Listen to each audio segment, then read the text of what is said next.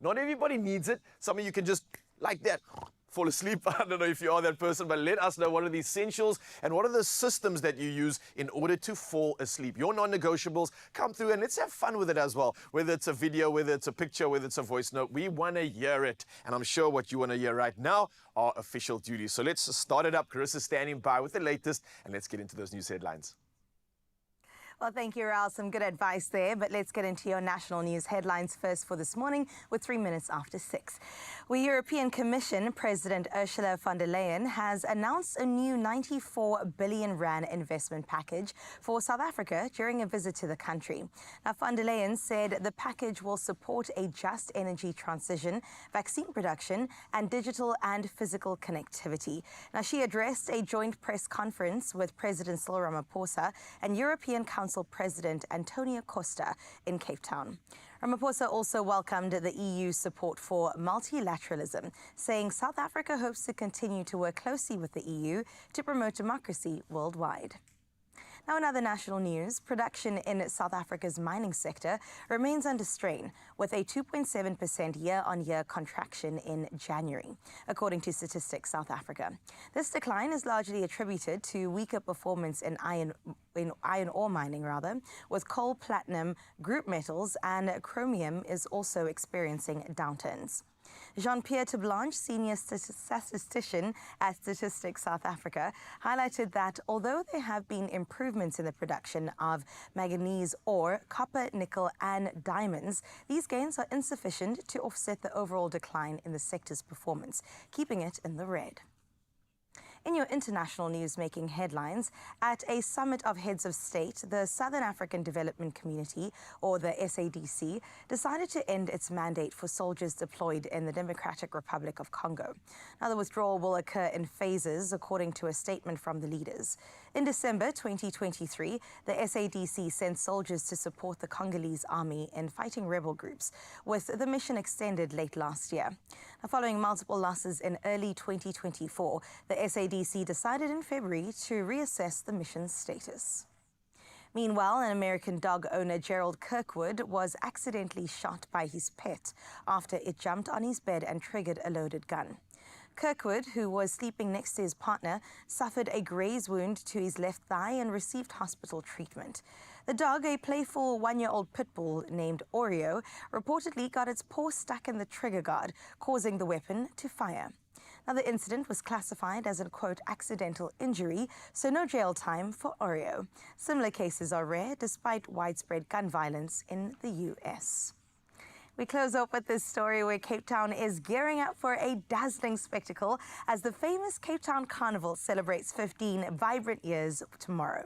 What began in 2010 with 11,000 spectators on Long Street has really blossomed into a festival drawing 30,000 people, uniting communities through music and dance and breathtaking artistry. Now, this year's parade along Somerset and Greenpoint Main Road promises an explosion of color, with top acts like Youngster CPT, DJ Ready D, and the SA Youth Choir setting the stage alight. Now, expect lively floats, food trucks, and surprise appearances, including Rio's Queen of the Drums, Erica Januza, who we'll have in studio today. Now, best of all, it is absolutely free, mahala verniet, so do grab your spot and let the celebrations begin. And I, for one, will sure see the Expresso fam, so come on through and say hello if you do spot me in my carnival outfit. But that is where we leave your first bit of news for this morning. Let's check in with some sports with Ryle.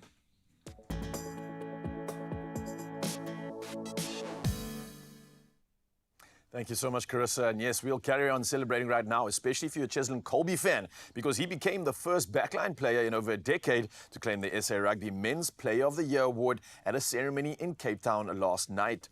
Now, Nadine Roos secured her second SA Rugby Women's Player of the Year title, while Sasha Feinberg, Nkomezulu, Lorenzo, Julius, as well as Salwin Davids also received top honours.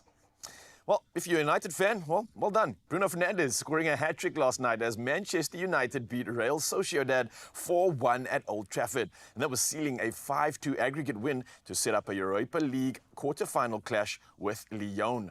Now, meanwhile, Wilson Odegaard's brace helped Tottenham secure a 3-1 victory over AZ Alkmaar, advancing 3-2 on aggregate to face Eintracht Frankfurt in the last 8. Well, moving to the world of tennis, and two-time Indian Wells champion Iga Swiatek avenged her Paris Olympics defeat to Zheng Jingwen with a 6-3, 6-3 victory on Thursday. Now, Swiatek, who converted all 5 breakpoints in a match interrupted by court-drying delays, has now dropped just 12 games in 4 matches. And she faces 9th seed Mira Andreeva in the semi-finals. Well, lastly, in the world of sport, we move to boxing, and heavyweight champion Alexander Usyk has been ordered to begin negotiations for a WBO title defense against Joseph Parker. Now, the WBO granted Usyk 30 days to reach terms with Parker, or purse bids will be called. Now, this move could end Daniel Dubois' hopes of a rematch after he withdrew from his last bout due to illness. Well, that's all we have for sport right now. A lot to discuss when it comes to Formula One action this weekend, which we'll do in just a bit. But for now, though, let's see how we can assist you in the world of weather. And here's Carissa with the latest.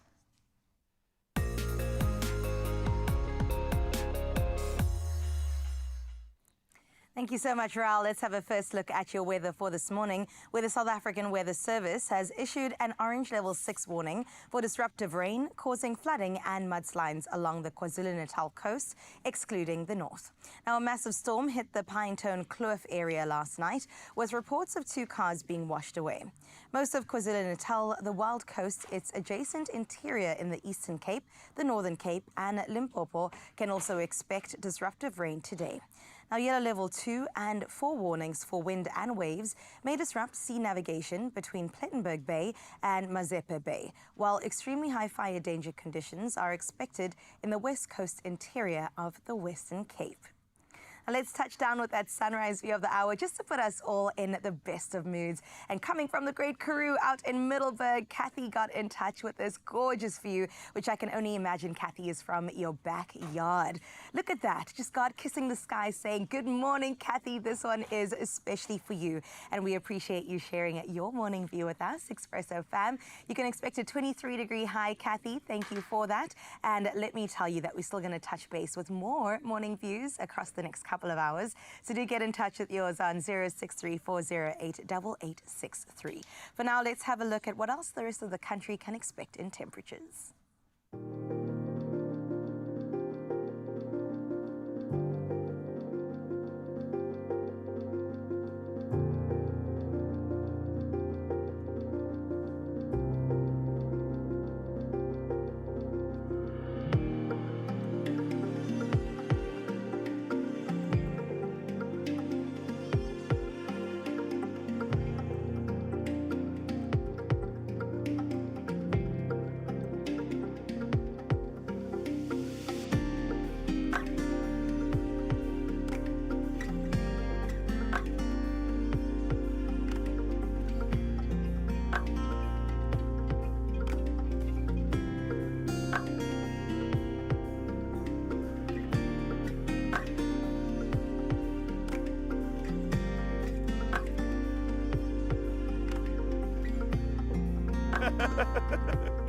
Oh, there's so much to laugh about because the weather's looking incredible and the wind in Cape Town's also died down. So hopefully some surf's coming our way the weekend. But what definitely should be coming your way is hopefully sleep.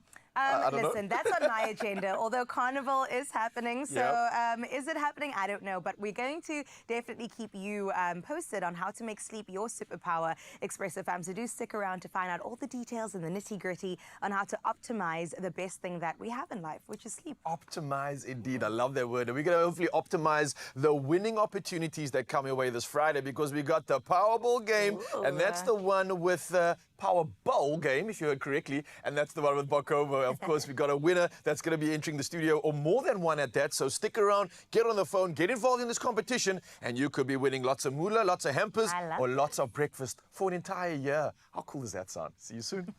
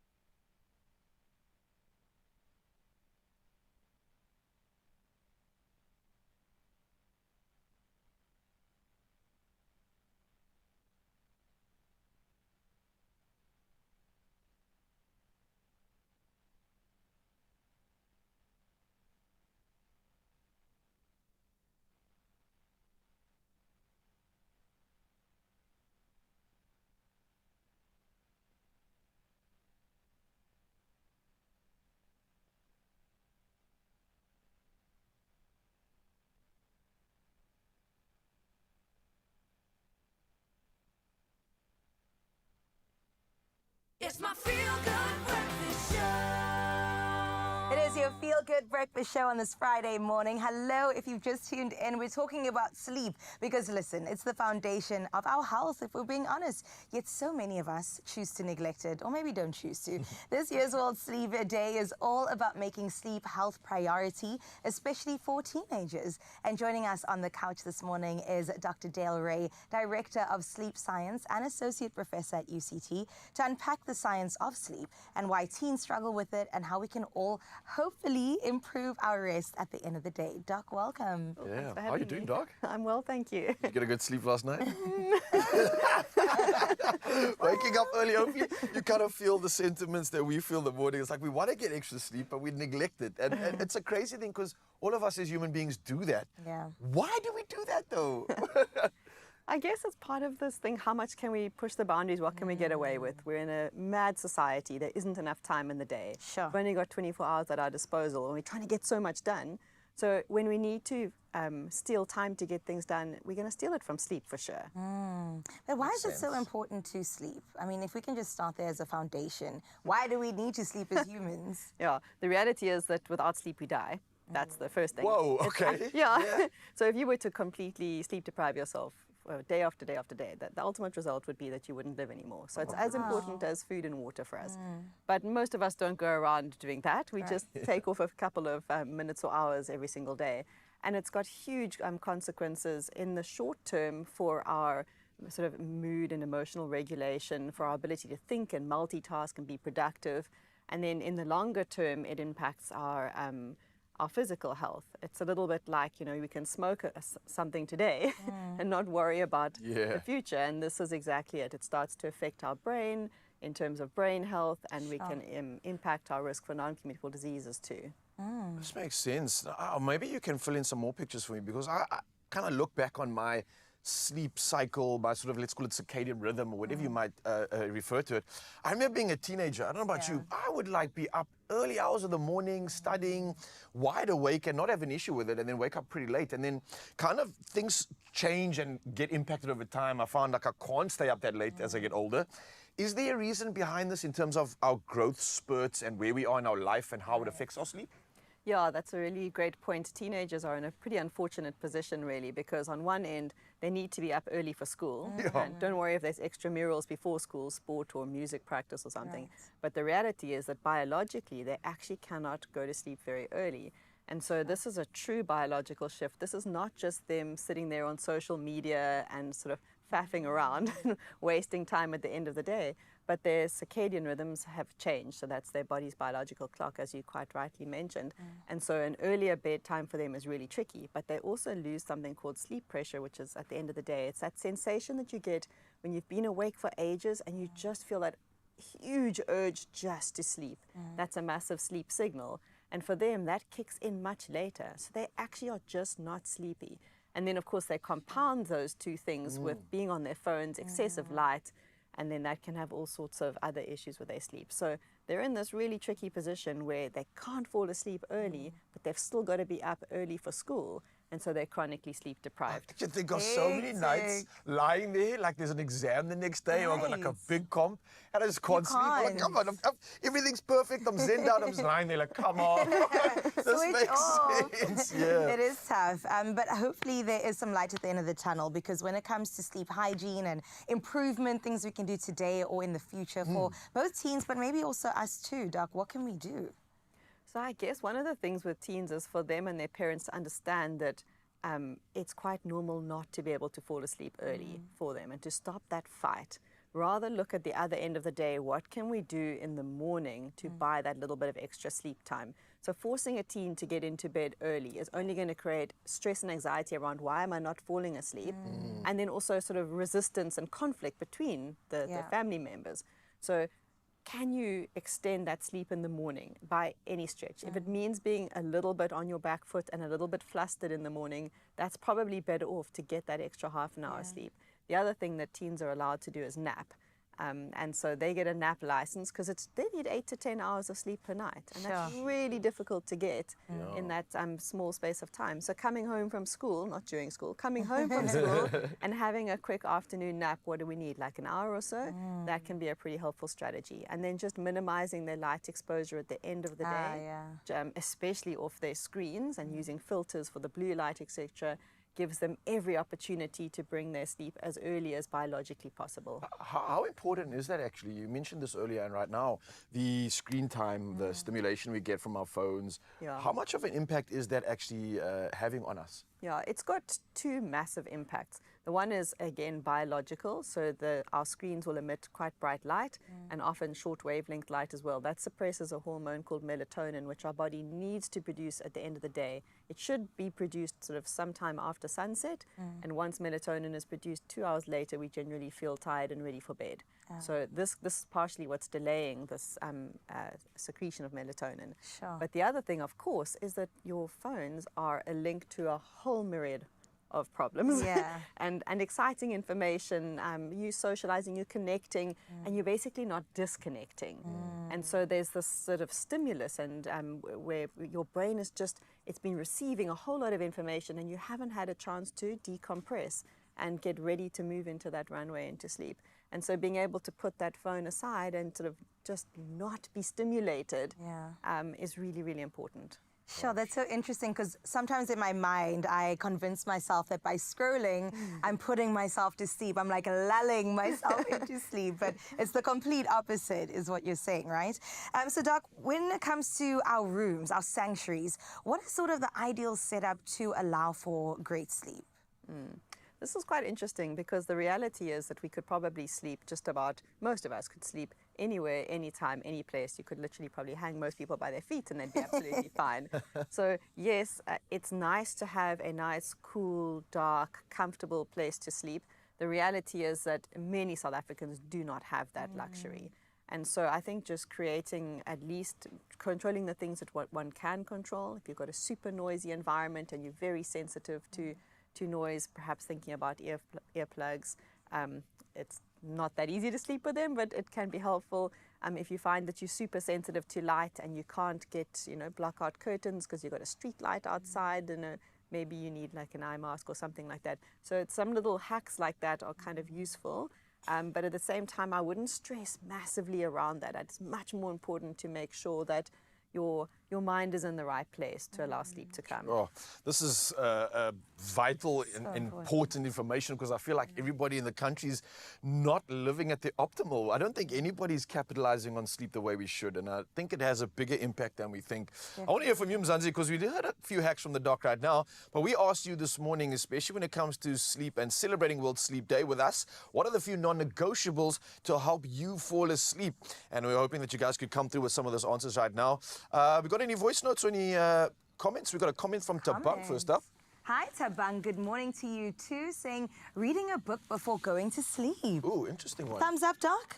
Massive thumbs up. Nice. Yeah, I mean, two reasons. Firstly, if it's not on a device, it's fantastic because we don't have that light reflecting back at our eyes, because often you've just got a little reading light with you. And it's a lovely way to help decompress and sort of stop absorbing so much sort of information that social media is driving at us. Nice. I get 3 words in and I'm out. That actually is, you're right, that is the way to go. Let's see what Geraldine has to say. Good morning, Expresso fam. I think a few non-negotiables to good sleep is the lights must be off and there must be silence all around. Then I fall into bliss land. So again, I think the light in general, that's a very important one, right, Doc? Something that we should definitely pay attention to and get rid of it, guys. Well, Lynn, let's see what you have to say about your non-negotiables. Good morning, Expresso team. My head hits the pillow and I'm immediately in dreamland. I have no worries. Have a lovely day. Lynn. Oh, Lynn, you are God's favorite, because my goodness, that's a life. That's a good life. It is a good life. It's a good superpower, and I'm hopefully grateful that everybody else can hopefully capitalize on that. But this conversation is going to continue so that we can hopefully help you capitalize on good sleep and living your best life when you wake up in the morning. We've got a lot of reasons to also look forward to when it comes to this conversation. And sipping on some tea can possibly help. I don't know if you know this, but I'm a tea girly, and there's a tea for everything that you need done. If you need to sleep, there's there's a tea for you. So we're going to get into a really beautiful spiced chamomile with honey, all the good things coming together to make sure that we're going to sleep well. The good ducks in studio, we have to give a little something, so we'll prepare you just after this Expresso, fam. Don't go anywhere.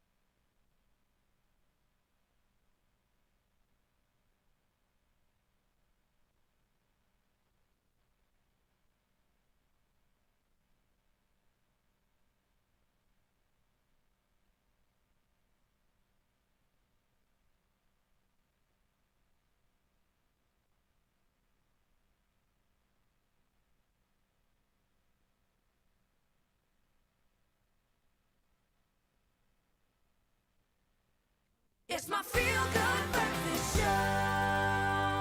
Welcome back. It is your Feel Good Breakfast Show. Let's be honest, sleep is a basic part of staying healthy, all right? Yet many people know that they don't get enough, and sleep myths can do more harm than good. So let's get to the bottom of this together. Is it a good idea to have catch-up sleep over the weekend? Replenish a week filled with minimal sleep is also a question you may have. And how long should you actually be napping? Is it 8 hours of sleep? Is it applicable for everybody? Well, today we brought in an expert director of sleep science and associate professor at UCT. Dr. Dale Ray is here to dispel some myths. And I just want to touch on that for a second, Doc, before we get into this, because we have to bust some myths. But can you catch up on sleep?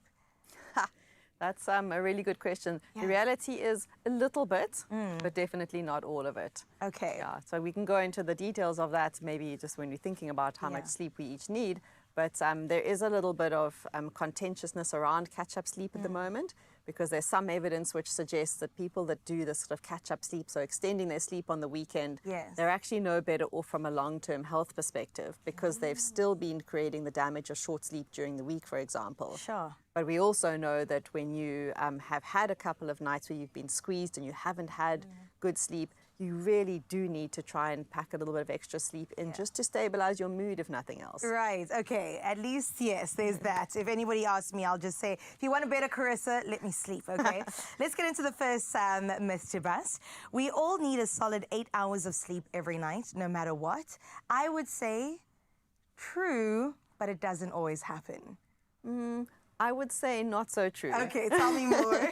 So there's a range, and we all have different sleep needs because we're different. We're different biologically, we're different emotionally, and we have different demands on our time, and there's so many factors at play. So actually the recommendation is that in the realm of 7 to 9 hours is what most adults would need, but some people need as little as 6 and others need as much as 10. So there's actually a 4-hour range in terms of what is healthy. So the key is to work out what is your actual sleep sweet spot, and it can change. So for example, in summer we do less sleeping than we do in winter. That's mostly light related. But when we're sick, we'll sleep more. When we train a lot when we have a lot of exercise that we do, we'll definitely sleep more. And once we've paid back sleep debt on our holiday, we're going to start to sleep less again. Right, I love that. Paid back the sleep debt. Okay, here's another one. Snoring is normal and we should just get used to our partners waking us up.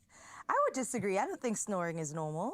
Yeah, I think you're right. So Yeah. a little bit of very sort of low quality snoring is probably not a train smash. It's like a little bit of resistance in the airways. Sometimes when we have allergies, for example, we all are a bit more noisy in our breathing. Right. But very, very loud snoring and snoring that goes on excessively at night for a large amount of the time, that actually wakes up not only the bed partner. We all know the bed partner complains, but we've seen in the brain activity of the snorer that they keep interfering with their own sleep. So they keep bouncing themselves out of their own deep sleep, which means that their own sleep isn't as restorative and deep as it should be. Yeah. And then it is also a risk factor for something called obstructive sleep apnea, which is a second most common sleep disorder, which has got big long-term consequences on your heart health. So for these perspectives, we do like to check it out if it's pretty noisy. Okay, wow. I know lots of people are saying, I got to call up my doctor now. How about sleeping with the light on is harmless and good for the brain? I would disagree with that too. Yeah, 100%. Yeah. We're not designed to sleep when there's light on. It's a very confusing signal. So light is a very alerting signal to us. So we should have loads of light in the morning. It helps us be alert. And in the nighttime, we really do need to sleep in a dark environment. Obviously, there are going to be some there's some families who think, well, you know, my kid can't sleep without some kind of light because they have fear of the dark. And so then there's a slight sort of tension that you have to think about. Is it better to make sure that this child or this person feels safe and secure and is at the lesser of two evils as opposed to having the light on? But for most of us, once we've got that under control, lights out. Lights out in every single sense. Okay, we haven't touched on eating, so I'm very curious about this. Eating before bed helps you sleep. How would you answer that? So we know that we need at least a good 2 hours between when we stop eating and when we sleep. We really want to allow time for our body to get all the digestion done so that we can then go switch mode and go into rest mode. You have to give your digestive system a rest. It's worked hard all day long. And so keeping that busy at night, and especially your liver, for example, that can be very, very disruptive to your sleep. I think to some extent, eating heavy food, spicy food, that can be pretty disruptive. So we've definitely got some evidence that if you can create a nice big buffer between that final meal and bedtime, you're going to be better off. Having said that, we also know that if you're very hungry during the nighttime, that can be disturbing for your sleep. So making sure that you eat sufficiently in the day, but then leaving some space to allow your gut to go into rest and digest mode, that's going to help your sleep. Doc, lots to think about, but thank you for coming through with such great advice, and the insights definitely are going to be carried through hopefully this weekend and beyond. And we definitely still want to equip you with a little bit more. We've got part 3 coming your way very soon, just to make sure that we all know how to sleep the best and sleep well in light of the weekend lying ahead of us. But thank you for this for now, Doc. We appreciate it. Thank you. I'm loving this conversation, but before you guys get to sleep and practice that, wake up, because it's Friday and it's the Bokomo Powerball game, which is back with exciting prizes up for grabs. Now, you know what this one's all about. We've got 3 lucky callers who have the chance to spin and win with incredible rewards. And a reminder on how this works, because it is so simple. We've got our Powerball board over there, and there are 6 bowls, each marked with letters, spelling B-O-K-O-M-O. I'm sure you know what that means. Bokomo, of course. And our lucky winner will choose one of the bowls, which will reveal an exciting prize. So I think we're ready for this. Let's get started with our first caller on the line. Ring, ring, ring. Who's up first? Good morning. Good morning. Hello, how are you? Hi, is this Guguletu Mfene? This is she. How are you, Guguletu? I am fabulous, thank you. And how are you? I'm good, and you sound wide awake, ready for Friday, ready to start the weekend on an incredible note. You know why we've got you on the line, right? Of course I do. Of course I do. And before we even get into the game, let me just ask you, what product from Bokomo did you actually buy to enter this competition? I bought Wheat Pix. Oh, the staple. Yes. I love it. Wheat Pix is a classic. How do you like your Wheat Pix, by the way? How do you have it? Simple. I just use a bit of water and milk. Ooh, water and milk, a classic, a staple. This gal doesn't want anything fancy, just the good stuff. And we got the good stuff right here, Gugulethu. So are you ready to play Bacomo's Power Bowl game? I'm very ready. All right. Now you have a choice. We've got 6 letters to choose from. And to make it easier, there's also 3 O's. We're going to call it top O, bottom left O, or bottom right O, if you are choosing the letter O, okay? But what letter are you going to choose? I spoke to my nephew and I told him that I'm going to be on Expresso. Yeah? And he said to me, go for K. You said go for K. All right. What's your nephew's name, by the way? It's Timolo Onfele. Timolo. Okay, well, hopefully he's bringing good vibes and good energy your way. I'm going to call in the perfectionist to make sure that nothing here goes other than perfect. Lucian Albertine coming through to flip the power bowl. You ready for this one, Gugulethu? In 3, 2, 1, let's go. What have you won? Gugulethu, you've won 5,000 rand! Yes! What a way to start the weekend. How are we feeling? I'm calling him and the guy to tell him I want money. Listen, you need to tell your nephew thank you so much, and I hope you're gonna do something special for your nephew as well, because 5,000 rand is the best way to start the weekend, yo. Thank you so much, and thank you to you guys and for Como. Oh wow, thank you. And Timoloko, Auntie is spoiling you this weekend. Yeah. Oh, he definitely deserves it. I gotta ask though, what else are you gonna do other than spoiling him this weekend? It's a lot of money to spend. I'm spoiling my husband. Nice. Yeah. Oh. I think that's it. Yeah. I love that. Absolutely love it. Well, Gugulethu, thank you so much for being a part of this incredible game. It's the Bacomo Power Bowl, and you are officially a winner. What a way to start the weekend. Congratulations. Thank you so much. Thank you to you guys. Thank you. Love the show. See you next time.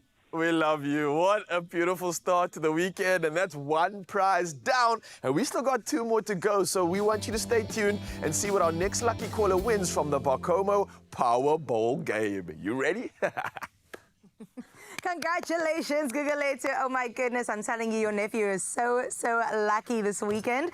And like Ralph said, we do have still some more to come your way. And speaking of what else we got, it smells so good in the kitchen. So we're going to get into how to make your sleep the best sleep you've ever slept in your life. So we're going to introduce you to some beautiful tea, chamomile tea, also with some honey. It's got some warm spices going on, everything to just make you feel good in order to get the good sleep going. Not only that, we'll show you how to just sleep well. The doc is still in studio and we've got more questions to ask her. So Dr. Dale will also be joining us straight after this. Only you can make my day.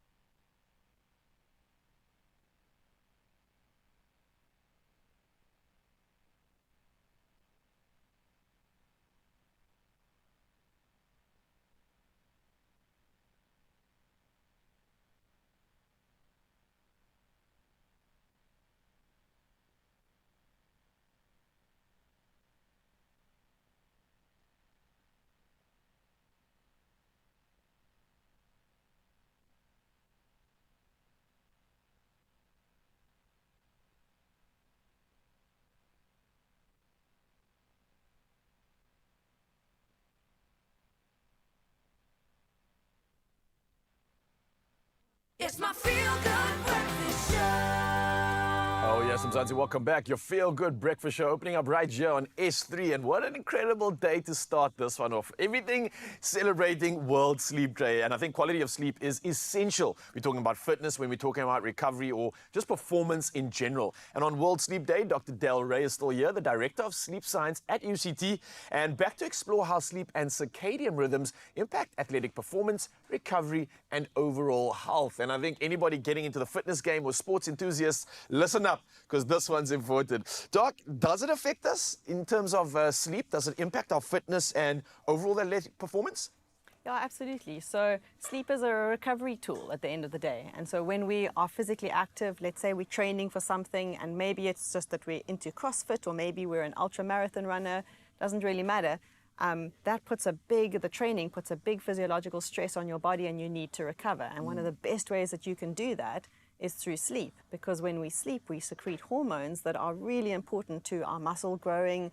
We replenish all of our energy stores, and from a brain perspective, we embed down like most movement patterns and that kind of thing, so that we can become better at the sports that we are doing.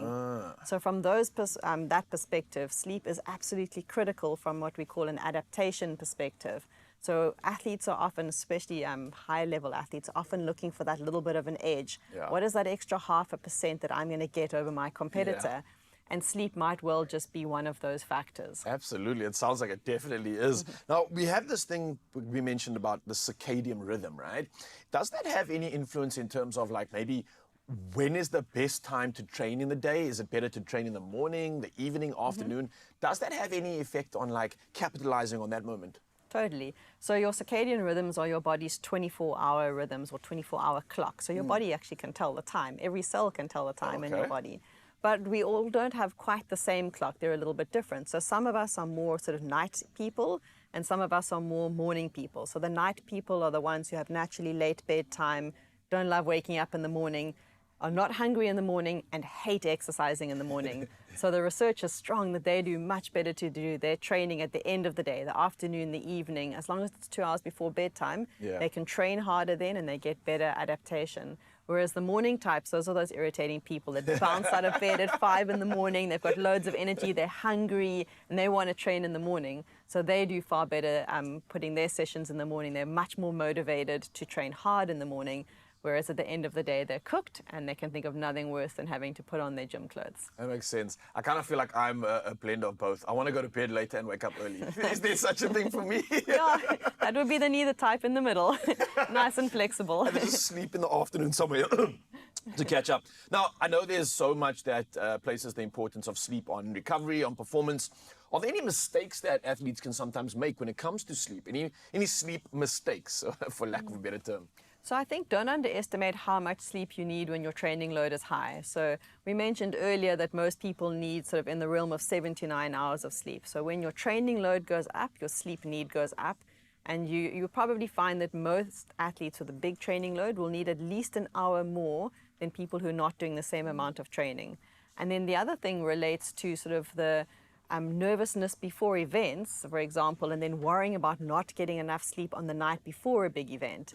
And what we like to think of there is you can be slightly sleep deprived from a nervous night and wake up and actually have the match of your life or the run of your life. You can actually do really well because your body is designed to deal with that kind of stress. So rather what we suggest to athletes is that in the week leading up to a big event or something that's important to you, rather bank your sleep there. So make sure that you don't go in sleep deprived. Extend your sleep a little bit each night so that it doesn't really matter if you have that bad night of sleep before the event. That's a great tip, because not only athletes, but when I chat to some of the artists or people that are debuting on live TV for the first time, they have that similar angst. Yeah. I didn't sleep so well the night before. I'm rough, I'm tired, but yet they come out here and absolutely slay their performance. So this definitely does make sense. Any practical tips, I think, with regards to, we mentioned it earlier, but for athletes especially, just to prioritize and capitalize on this thing called sleep. What sort of tips do you have for them just to make this really efficient and they have that efficacy quite high? Yeah, I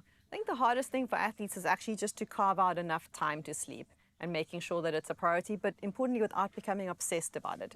Because if you become obsessed with something, then often it can turn around and become something that becomes really difficult. So making sure that there's enough time to sleep, Sleeping in sync with your clock. So if you're a morning person, have an early bedtime, wake Yeah. up early, train early, job done. Play to your strengths. Yeah, most athletes will actually need to nap if they've got a really big training load as well, and that's absolutely fine. A little bit of a nap in the afternoon can really help with their recovery. And then to make sure that they're fueled enough during the daytime so that they don't get hungry at night, because very often athletes with a massive training load will get really hungry at nighttime and they'll want to wake up to eat, which is not a Yeah. great habit. Yeah, I felt that many a time before. But Doc, thank you so much for sharing all your wisdom and advice with us. Anybody that wants to reach out to you, how can they do so? Get you online? Yeah, have a look at Sleep Science. We're on Instagram or on www.sleepscience.co.za is our website. Oh, Doc, thank you. You are absolutely perfect. And here's to hoping that you, Mzansi, get a perfect sleep. And if not, maybe this next little recipe can do just that. Thanks, Ral. Now listen, we're all about exploring various ways to achieve optimal sleep. And as sleep is one of the most important elements of good health, we have to get into this. And we're about to brew up a calming blend of chamomile and honey spice tea. It is really just the perfect way to unwind after a long day and help soothe your body into a great sleep and unwinding. Plus, we'll also share which foods can naturally promote better sleep and good relaxation. So I can't wait to get into this. I've got 2 cups because I'm going to prepare some for Ryle over here. He's got the good knowledge, and I'm going to go with the good drinks. All right. What are we up to here? Do you like tea? I love tea. I heard you love talking about the tea. fact that you're like a tea gal of note. I love tea. What's your favorite type of tea? All teas. Anything Yeah, that the is answer a tea. Yes, exactly. Anything that is a tea. I like it cold and hot, but Okay. I just feel like it feels like a hug. It does. I think Yeah. you literally like talking about getting hugged from the inside. I know that sounds Yes, weird, but it's so that's it. comforting and it's so inviting, especially as we kind of are leading out of summer into some of these colder months. You really want to have that comfort. And I think Yeah. for me, especially when you associate tea with a conversation, Oh, come on. good convo always flows because you can put your guard down, you're at Yes, ease, you find that right. zen moment. And I think that's what tea really invites, apart from the fact that it actually has physical benefits on And I top think of it. that's my favorite part, that tea doesn't only taste good, it is so good for you. If you want caffeine, there's green tea. If you Yeah. want to calm down, there's chamomile, and that's exactly what we're getting into today. So I would suggest making this over a pot so that you can make big batches of it. You could also have it cold or hot, so Yeah. summer or winter. And we're going to go in with some warming spices. So we have some cinnamon, stick cinnamon. I'm sure you could use Nice. powder as well. We have some is it anise or anise? I thought it was star aniseed, but There we go. But I could be wrong. I don't know. We'll It's find out. all of the above. Aniseed. Let's find out. Aniseed. Another myth to Your bust. nieces and nephews, all of it. We're going to go in with some bags of chamomile tea. And then just because we want to squeeze in all the benefits, we have some lemon here. So we're also fighting away the bad things in life, and some lemon juice. I like what's going on here because, like you said, you can do this hot and cold.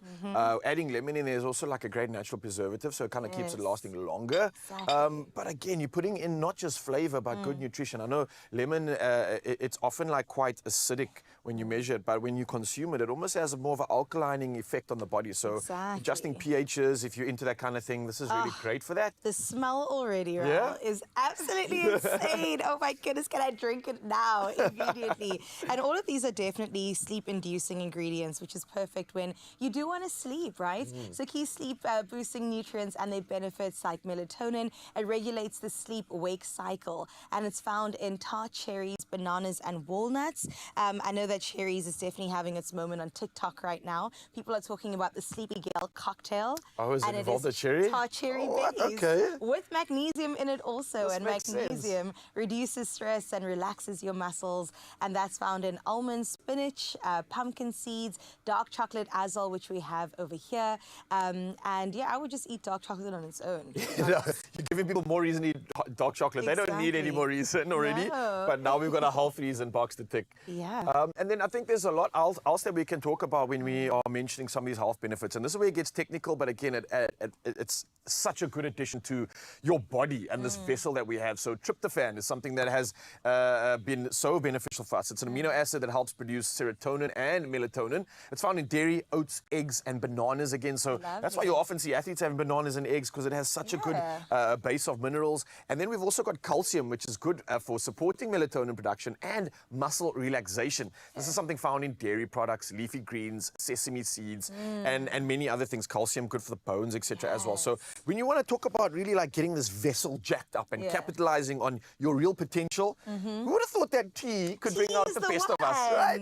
one. Tea with some dark chocolate on the side, honestly, is Yeah. like the best nighttime snack because dark chocolate doesn't count as food. I don't know if you knew that. It doesn't. Or It's Friday, we'll calories. go with it. Or calories. It doesn't count. It doesn't. So this is kind of brewing away, but I'm so impatient. I kind of want to pour it now. Do you want to try some? We can. I know that literally it's just going to get better and better as you brew it up. And Yeah. again, I've been getting into, like, with summer being here, I've been getting into the colder teas. So like you've done here, this is perfect to just let it simmer down and cool down. Put it in the fridge afterwards. Yes. And you've got a nice ice cold quencher that's, again, ticking so many nutritional boxes. Goodness. I think also because there's lots of tea bags in here, it's definitely going to be strong enough too. So let's get in there. And then you can add honey. You could either add it to your mixture or you could add it afterwards depending on how much I sweetness you'd like. have to have honey in my tea. It's Yeah. something that, for me, obviously someone that's busy, that needs a bit of energy. Honey is such a great, like, a low GI. So the glycemic index on honey isn't too high. It's not going to spike your insulin as much as, like, maybe just adding a normal sugar or syrup would. So, again, this is something that can really add good energy to your day. Yes. Something that we all want to capitalize on when we're looking for energy. Yeah. How many... What do you One call of this those thing things that again? Ra's clearly rationing today. Let's see. Dip that Do you honey want some back more? inside. fine. Let's go. Only because you're such a sweet gal. And give you some more honey just to match up your Yeah, that's personality. perfect. All right, there we go. Oh, beautiful. ExpressoShow.com is where you find this gorgeous recipe. It is brewing, going nicely over there. Cheers, Ryle. This is going to be Cheers. absolutely... This is how we should start. This is every how we day. should This start is every beautiful. day. Yeah. Oh, it smells like dessert. Oh, it's hot and it's good. And I love it. We're feeling better already. Can't take it up with this. Mzansi, listen, get involved in this. We all need more sleep. We all need to capitalize on the potential that we have right here inside of us. So get this tea going. Head over to ExpressoShow.com if you want some more inspiration. And there's a lot to look forward to right here on your Feel Good Breakfast Show. We got entertainment coming up, right? We do. Yeah, Skilla G's in the house. The G-Man is here to serve us, to bring entertainment to the forefront and celebrate the weekend. Yes, and the Australian GP is also here. No, Sean is standing by. He's going to join us on the couch and talk sports, baby. We're ticking all the boxes today. Yay, sports. Yay, sports. Cheers to that. Please make this recipe Expresso, yeah. fam. Cheers to you. Cheers. Only you can make my day.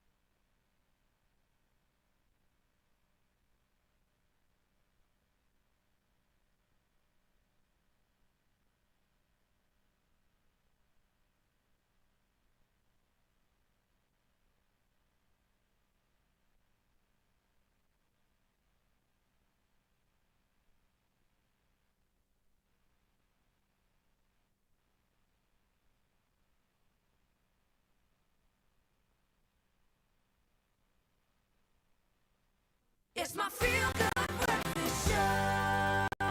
Oh, yes, Mzansi, welcome back. Your Feel Good Breakfast Show. Friday has never felt better, and especially ahead of some sporting action this weekend. Muchly anticipated. Muchly is a new word. I'm putting it out there. But the 2025 Formula One season kicks off this weekend with the Australian Grand Prix at Melbourne's Albert Park circuit. And anticipation is higher than ever. We've got Lewis Hamilton making his Ferrari debut, and local hero Oscar Piastri races on home soil. Now, the one and only Sean Parker is here, a motorsport journalist and broadcaster, who's joining us to chat about the weekend's opening race. Sean Parker, how are we doing, bro? Good, bro. Good to see you. Yeah, you too, man. Obviously, we're coming from training hard in the week and earning the weekend because, there's been a lot to look forward to here. Let's dive straight into this. Lewis Hamilton, He's in a Ferrari, something that we've been dying to see for I don't know how long now. But what do you expect in terms of him taking the championship this year? How do you think this debut is going to be for him? Yeah, it's going to be a tall task. Look, he's got, obviously, his teammate Charles Leclerc, who's Beautiful a teammate, fantastic yeah, come driver, on. and he's rapid. So there's that pressure. Last season as well, this Exactly. momentum's incredible. They won the World Championship, the yeah. Constructors. Piastri showed his mettle. He definitely Yes, obviously, did. Norris was battling Max, but you can never ever discount Australians. So yeah, so no Australian has finished on the podium officially ever at Albert Park, and Albert Park is back now as the first race of the season since 2019. We were in Bahrain, so now it just kind of feels right that Australia is the first race, you know, down under. Early start for us as the Africans. Can he do it? He stands a good chance. Obviously, we've got like Jack Doohan as well, who's a rookie at Alpine, another Australian. So you in front of your home crowd, you're hearing all of those Australian accents, you're seeing all the beer being thrown up as you go around each corner. The Australians know how to put on a sporting event, you know. So yeah, let's see if that home kind of that hometown vibe can get them over the line. And I think if ever there was an occasion, man, home soil is exactly it. Yeah. Well, let's talk about some of these, the rookie drivers that are entering. Obviously, you mentioned the one right now, but there's a few entering this space, this prestigious space. How do you make it out in terms of what they might be achieving? What are their goals really for a first-time debut at an F1 race? What's the expectation there? The expectation is just to finish the race, to not crash the car, to really just bring the car back in one piece. I'm excited to see, obviously, Kimi Antonelli at Mercedes. Toto Wolff, the team boss, he said, look, there's no pressure. They've got the experience. I'm also looking forward to a guy called Gabriel Portoletto. He's at Sauber. He's won the F3 and the F2 championships back to back. Oh, wow, okay. And he was rookies in those during those championships as well. Yeah. He's not in the best car because Sauber hasn't been performing as well. But definitely all eyes will be on Kimi, obviously replacing Hamilton at Mercedes. Yeah, and then you've got obviously like Ollie Behrman at Haas. Yes, he's had a bit of a taste before when he was at Ferrari when he substituted for Sainz. Yeah, so there are these youngsters coming through. We've got Hajar as well. It's going to be interesting. But bring the car home, don't get any damage. I mean, like Ollie Behrman crashed in FP1. So, yeah, tough start. But it's about just getting there and maybe earning that 1 point, you know, getting into the points. I think we'll just get the confidence sky high. Yeah, and a lot of these youngsters coming through right now. I was watching, I think it was Antonelli. Isn't he still a teenager? Like 19 or something crazy Yeah. like that, even younger, if I believe. But it's insane to think of this new era coming through when we've already got this young era of 24 to 27-year-olds, and then we've still got Hamilton up in the top there at 40 years old. So 3 eras of races coming together, converging to open up the season. How are you going to call this if I had to say to you, give me the podium top 3? I definitely see the McLarens up there. Yeah. Norris was fastest in Yeah. FP1. So Norris, Piastri definitely up there as well. Leclerc, Sainz looks quick in the Williams. FP2 will give us a better understanding of the pecking order because they'll do kind of race simulation runs. But definitely we haven't seen the best of Hamilton or Max yet. But both McLaren drivers seem to be Looking definitely keen on the podium. Fire. Well, Sean Parker, it's going to be an incredible opportunity to watch the opening of the F1, and I can't thank you enough for giving us the hype, the scoop, and all the intel, and have a beautiful start to your weekend too, man. Pleasure, You're looking love. good, by the way. Thanks, I must man. say, keep up the good work as well. And with that, we have a lot to still get through on your Feel Good Breakfast show. That's only an hour down, and the weekend is still going to continue to be celebrated. And Carissa's standing by right now with the latest when it comes to official duties. Let's go. Thank you, Jen. 7 o'clock on the clock. Let's get into your national news first. Now, from April, all social grants will increase. Finance Minister Enoch Godongwana, in his 2025 budget speech on Wednesday, announced that social grant beneficiaries, excluding SRD recipients, will rise to over 19 million due to an aging population. The increases include old age and disability grants from 2,185 to 2,315. Now, war veterans grant will also increase from 2,205 to 2,335. Foster care grants will increase from 1,180 to 1,250, and child support and care dependency grants from 530 to 560. Now, the SRD grant will increase to 370. In other national news, European Commission President Ursula von der Leyen has announced a new 94 billion rand investment package for South Africa during a visit to the country. Von der Leyen said the package will support a just energy transition, vaccine production, and digital and physical connectivity. Now, she addressed a joint press conference with President Cyril Ramaphosa and European Council President Antonio Costa in Cape Town. Ramaphosa also welcomed the EU's support for multilateralism, saying South Africa hopes to continue to work closely with the EU to promote democracy worldwide. Let's take a look further afield at your international news making headlines, where Russian President Vladimir Putin yesterday expressed support for a US-backed 30-day ceasefire in Ukraine, but stressed that the details need to be discussed. He emphasized the need for a long-lasting peace that addresses the root causes of the conflict. Now, Putin said the idea itself was correct, but wanted to ensure it was leading to peace. His comments followed Ukraine's acceptance of the proposal earlier. Meanwhile, Putin ordered commanders in the Kursk region to defeat Ukrainian forces and create a security zone along the border. Meanwhile, at a summit of heads of state, the Southern African Development Community, or the SADC, decided to end its mandate for soldiers deployed in the Democratic Republic of Congo. The withdrawal will occur in phases, according to a statement from the leaders. Now, in December 2023, the SADC sent soldiers to support the Congolese army in fighting rebel groups, with the mission extended late last year. Following multiple losses in early 2024, the SADC decided in February to reassess the mission's status. And to close off your 7 o'clock news, we head here to set against the golden expanse of Namibia's iconic Dune 7, the highest dune in the world. The first ever Namib Desert International Jazz Festival promises a breathtaking fusion of music, nature and culture on Tuesday and Wednesday. Now, with 3 stages stretching from Swakopmund to Walvis Bay, festival goers will revel in world-class performances by legends like Jonathan Butler, Peter White and Susie Aces. For the ultimate experience, a luxurious 6-night jazz cruise from Cape Town is available, featuring exclusive performances at sea before docking in Walvis Bay for the main event. Now, whether cruising, flying or driving in, this once-in-a-lifetime celebration under the starlit desert sky is set to redefine jazz festivals in Africa. Well, what a time to be African. So beautiful. And I hope that if you can, you'll make your way over to Namibia. So we leave your 7 o'clock news. Let's touch down with your sporting details with Raul.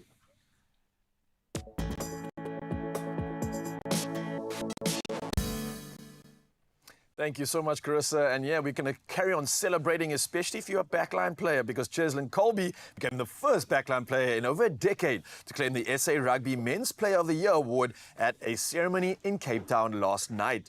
Now, Nadine Roos secured her second SA Rugby Women's Player of the Year title, while Sasha Feinberg, Ngomezulu, Lorenzo Julius, as well as Salvin Davids also received top honours.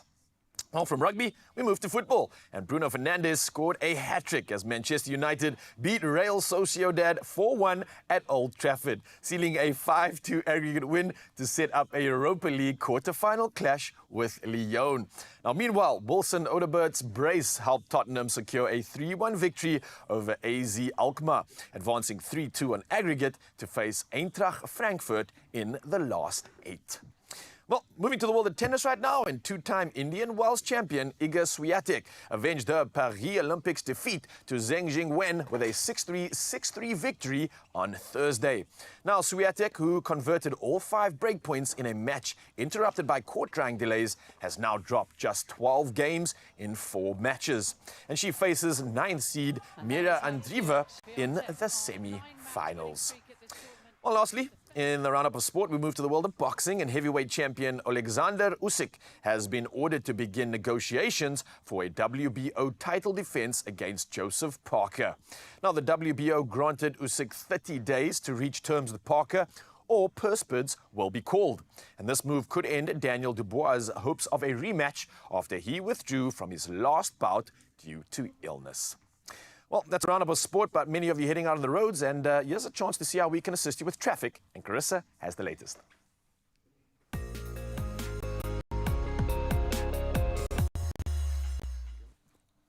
Thank you so much, Raul. Let's head into those traffic details for the first time this morning. Well, we touched down in Gauteng in Sandton first, where there have been multiple motor vehicle collisions on the N1 southbound after Allendale Road, resulting in a left lane closure. Now, traffic is slow moving and additional time is advised to add to your traveling for motorists using the affected route. Also in Gauteng, we head over to Tembisa, where there's continued roadworks taking place on the R21 northbound. Now, the right lanes are restricted, so do plan your route accordingly if you're headed out that way, as delays are expected along this route. That is where we leave your roads. Let's check out what's happening in your weather.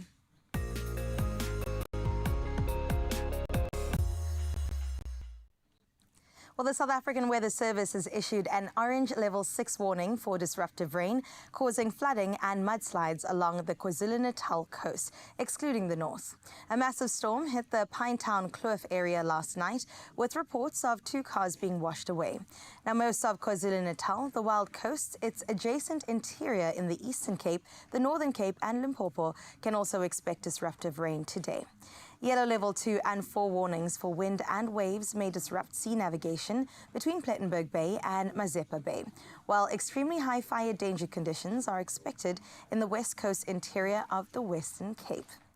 Now, before we get into your temperatures, let's touch down with that sunrise view of the hour. And Josie, what is good? This one's sent through from Riza out in the City of Gold.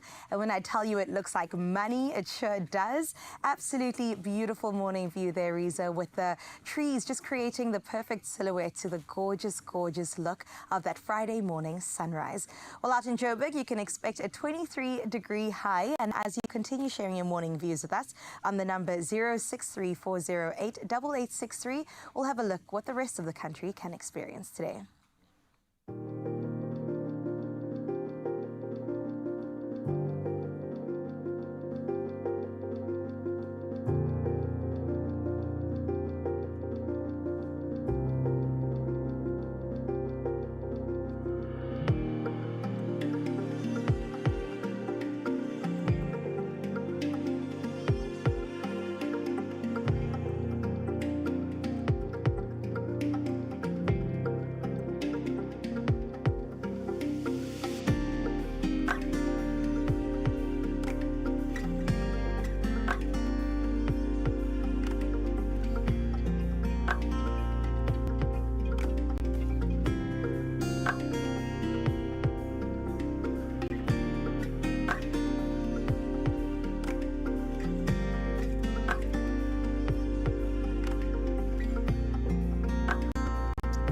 Listen, there's so much happening right here. We want you to also be happening and make it rain with jackpots this March. We want those wallets to go big. It's a storm of cash which is coming your way. We're talking about 53 million rand in total guaranteed Powerball and Daily Lotto jackpots this Friday, and you definitely don't want to miss out. So the Powerball is a guaranteed 52 million and the Daily Lotto for guaranteed 1 million, and that's the jackpots that are available today. So all you got to do is buy your tickets now in store on the nationallottery.co.za website. There's the mobile app. You've also got cell phone banking, and then you can also dial star 120 star 7529 hash and follow the USSDs. You've got lots of options, and we also put all of these details on our Expresso social media pages, so you can go check them out right now and Panda push up play. Powerball and the Daily Lotto for 53 million rand in total guaranteed jackpots today, which means you could make it rain lots of cash this March, but only if you play now. Good luck.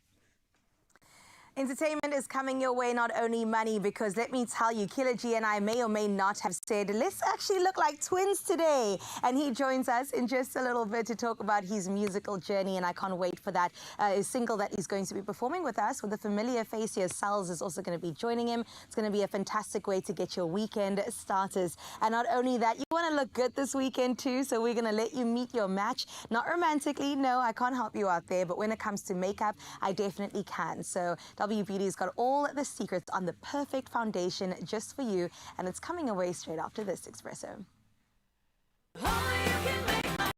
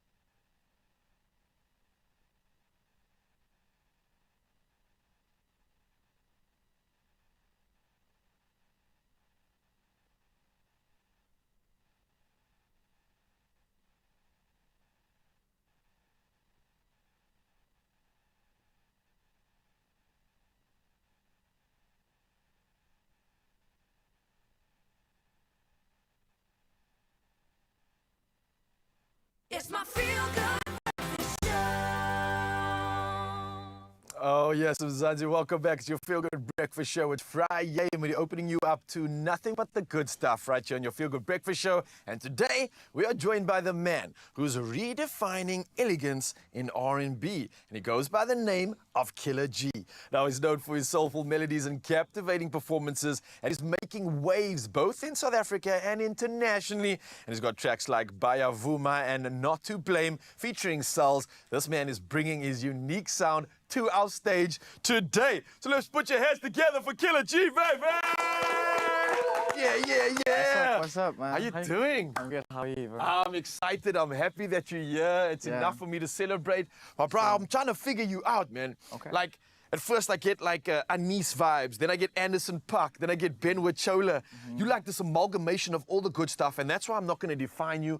I can't put you in a box because you got your own special flavors, man. How would you define yourself, your genre, and the style of music that you're giving us? I would definitely say, first of all, thank you for having me. Happy to be here. My style would definitely be jazz, soul, R&B. I like to fuse it a little bit with like alternative other genres, you know, adding some hip hop elements into it too. But mainly R&B. I could definitely call myself that. That's where I would surround my sound. I like that, man, because Yeah. I feel like there's a big hole in R&B right now. When For we sure. need people like you to fill it and give us what we've always been asking Yeah, for. yeah, So for sure. you've got this latest single, right? It's Yeah. called Not to Blame, which you collabed with Salz on this one, Yeah. which I think is incredible. What does this collaboration mean to you, and how did it even come about? Because it seems like this has been a long time coming, and Yeah. you're absolutely here for it. Yeah, crazy, man. I met Marcel here in Cape Town. We were together at a show. I was playing, and then I also got to see him play as well, which was really, really cool.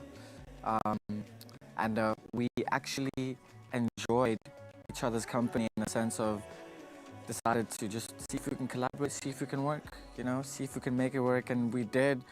What this collaboration means to me, it's that it means I'm an international artist. Even more, International, baby. you know what I mean? But it also brings like two worlds together. Like he's coming from a different world, I'm coming from a different world, and bringing those two together gives us like a really good bridge between Germany and South Africa, Yeah. you know? And that's the kind of the exchange that we have, which is really cool. And our song speaks all about the two worlds as well, which is really cool. And that's pretty much like the sentiment of your music, your Yeah. styles that you're bringing together, constantly challenging yourself, but in such a beautiful way. You mentioned obviously being in Germany. You know, Yeah. you've been doing some incredible things, international, it's official. Yeah, And you for played at sure. some cool festivals. Cotton Fest, Hamburg, Germany, that's Yes, huge, sir. bro. For sure, What- in terms of the performances that you have been laying out and executing, what's really stood out for you in your career so far? I think being in another country, Germany, Hamburg, and people having banners saying Killer G, Whoa, Elegant King, and that's just watching insane. that like at a stadium, that was a life-changing moment for me. And when I give a huge thanks to Viva Con Agua, you know, for doing that for me. And you know, I'm very, very happy to be an artist who can actually fulfill his dreams by going international. You know, that was my dream.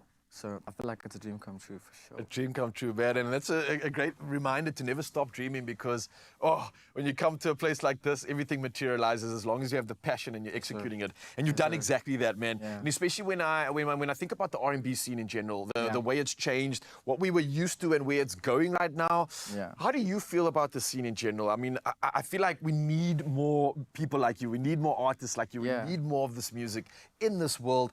What do you think your position is, and how do you feel like you're contributing? I feel like I'm an activist of R&B right now. Oh, I love to be that. honest with you, that's what I've been calling myself lately, and I feel it way more because I just feel like R&B, it actually has a space. It really, really does. It just needs to be created, you know. And I feel like I have the ability to do that, but I'm not alone. You know, with collaborations, with working with a lot of R&B artists. Like recently, I just worked with an artist named Stanley Branson, Saint Lucid, and there's more cool artists, Abilu, people that are up and coming that are in my shoes as well.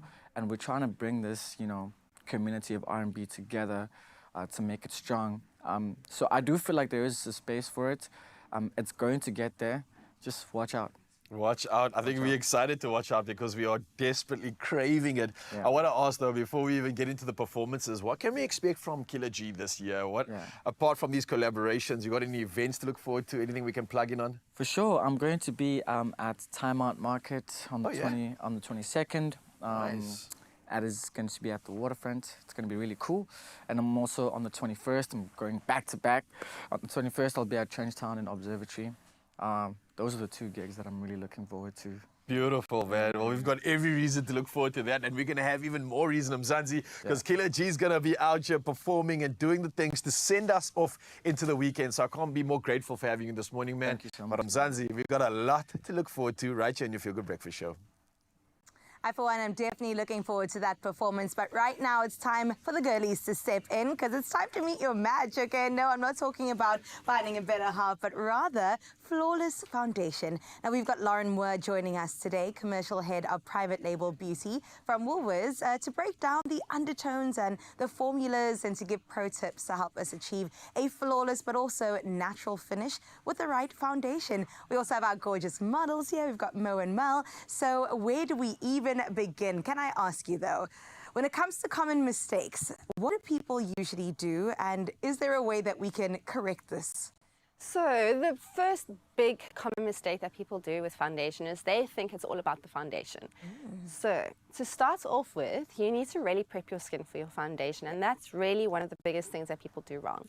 So start with a really good skin routine every day, and then what I recommend is you start with a moisturizer before you apply any foundation, and then follow with a primer. So the primer is going to prep your canvas, make your skin flawless so that the foundation sits beautifully on the skin, and it also is going to make the foundation stay in place a little bit longer.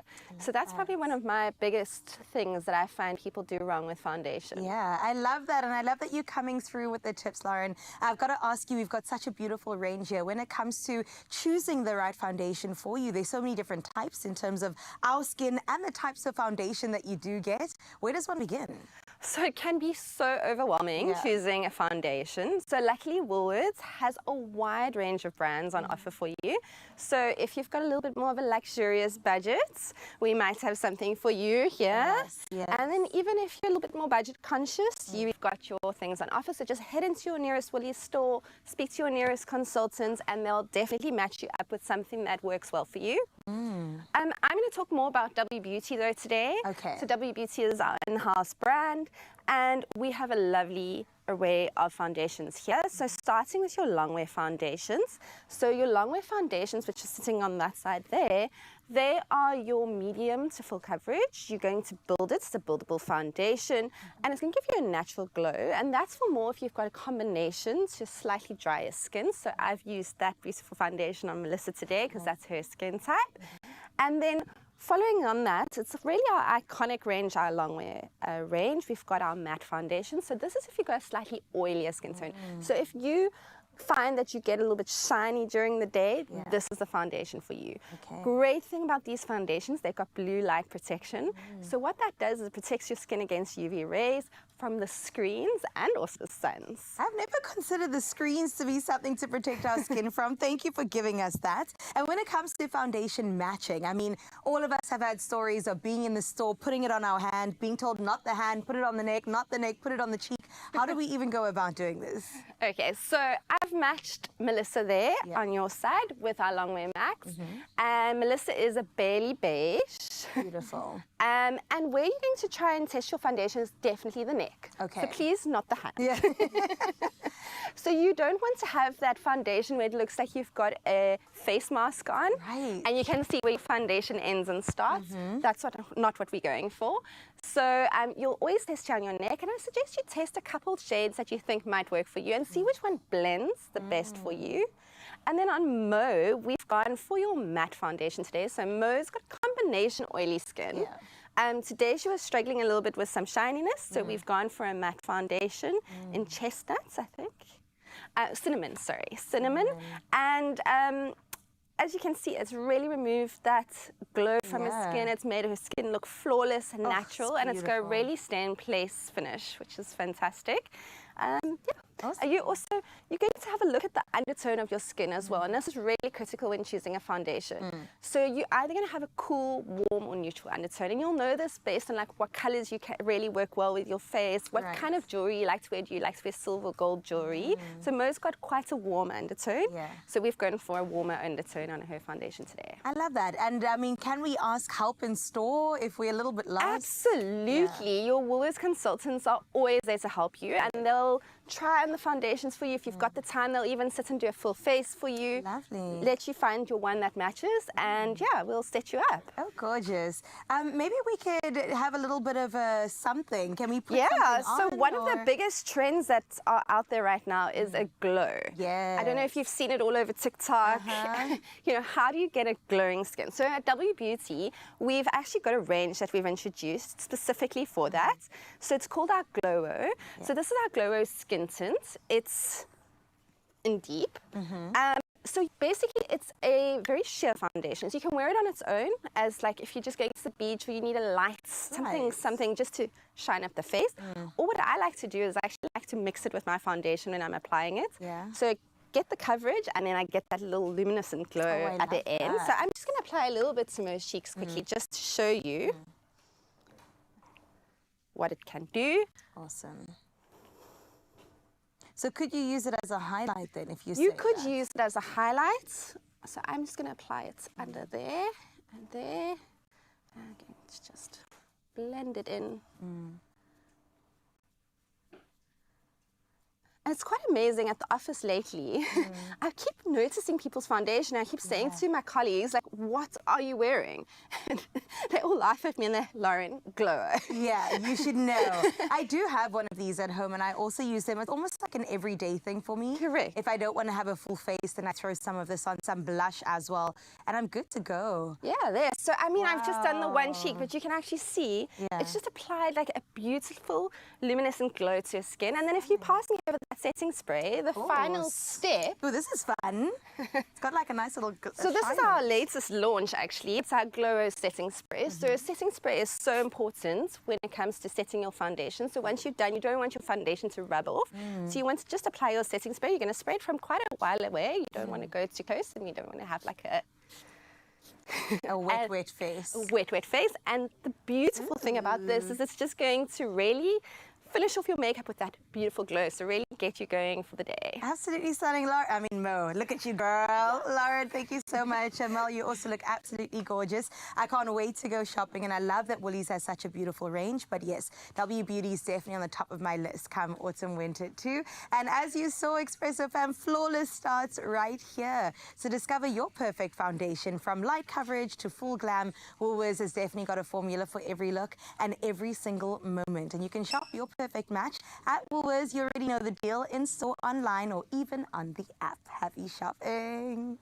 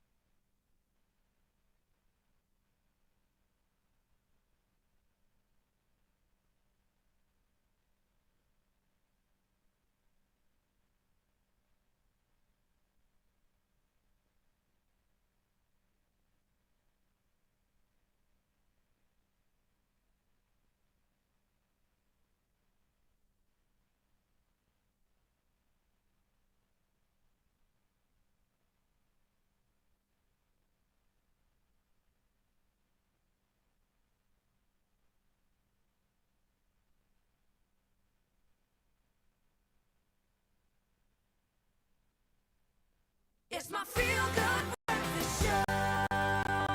Hey, welcome back, Zanzi. This is your Feel Good Breakfast Show, opening up on S3 and making Friday feel like the weekend already. And I think for many of us, it's already the weekend, so let's get into it. We're living in the 21st century, and I think this is what's opened up the door to endless amounts of creative freedom in home design. I am someone who's definitely celebrating this, especially knowing how good our sanctuary can be for us.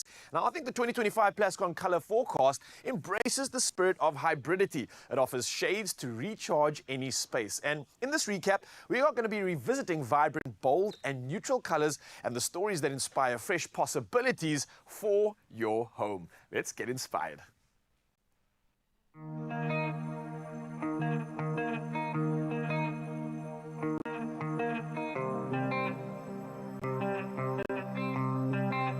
The world is what we make of it. Past and present, digital and physical, global and local. We are constantly switching between the different worlds in our lives. So join me at Southern Guild Gallery to find out more about the Plascon 2025 Color Forecast and its theme, hybridity.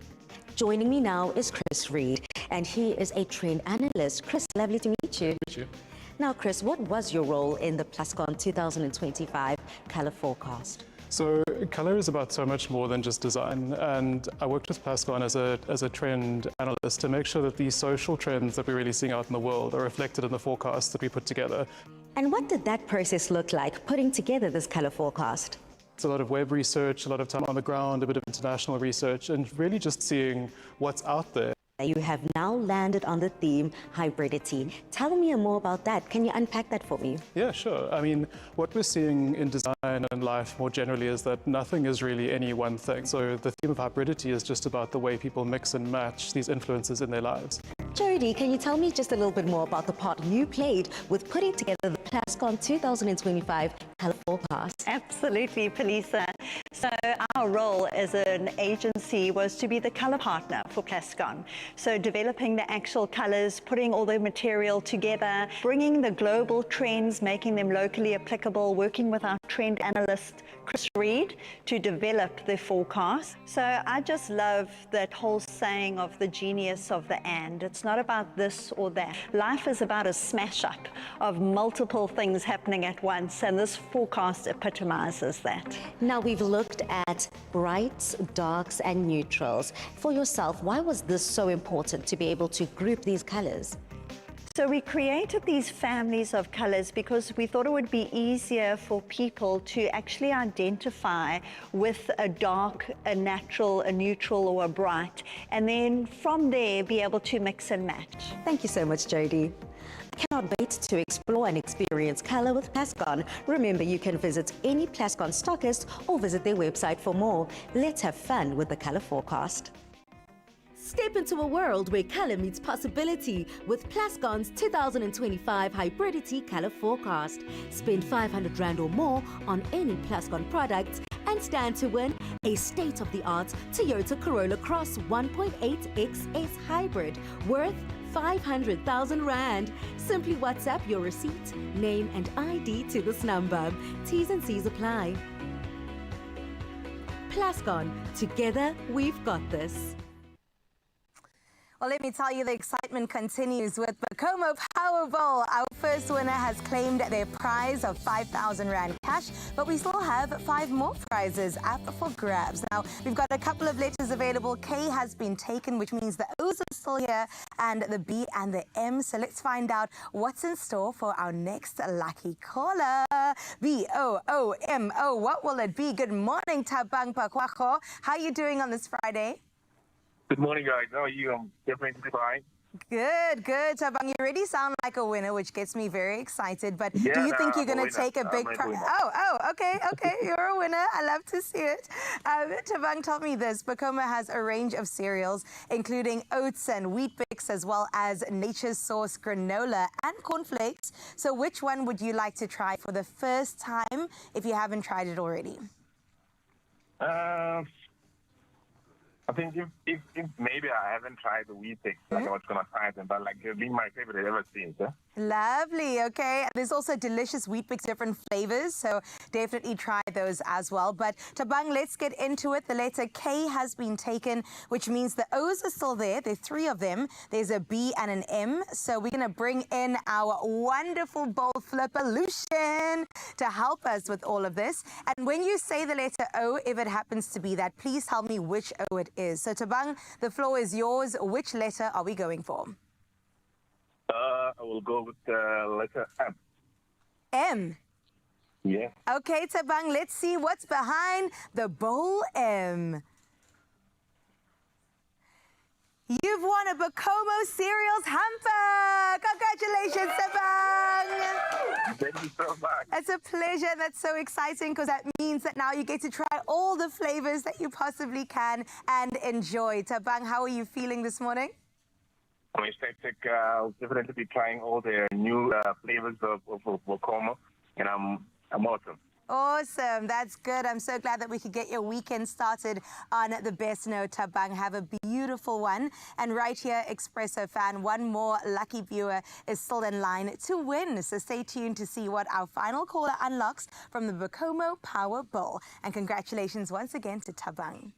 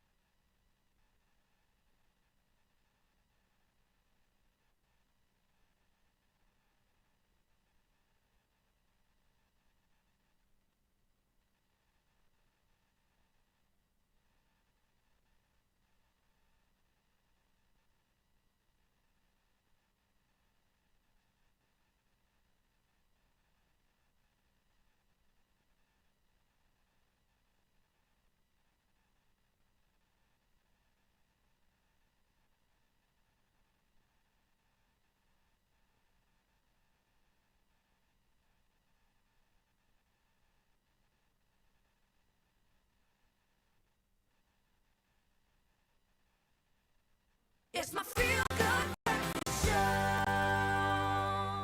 Well, Expresso fam, good morning to you. It's a wonderful Friday to be celebrating and making sure that we all are in the best of moods because it's that time again. The Cape Town Carnival, one of the biggest cultural celebrations in the city. Now, last week we touched on the exciting lineup of guests, and now we're absolutely privileged to welcome some of those incredible guests to our studio. Can you believe our couch has never looked this beautiful and this full before? We are joined by an incredible list of people. Erica Januza is here, Rio Carnival, queen of the drums, looking so vibrant, so beautiful. She's going to be bringing a touch of Brazil to the mother city, and I'm very excited to see it all. Then we have Professor Rachel Jafta, the visionary founder of the Cape Town Carnival.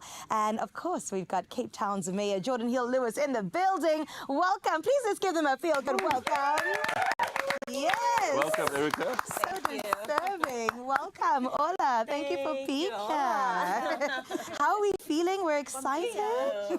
We're a day away. My goodness. I mean, you starting like performances and things even last night, tonight. I'm very excited to get into that. We have an interpreter apparently. Yeah. Yes, let's bring her in. So I'm very happy. Yeah. It's my first time in South Africa and a beautiful city. Thank you. Congrats. Thank you. I speak Portuguese because it's very important. Jalu, me ajuda.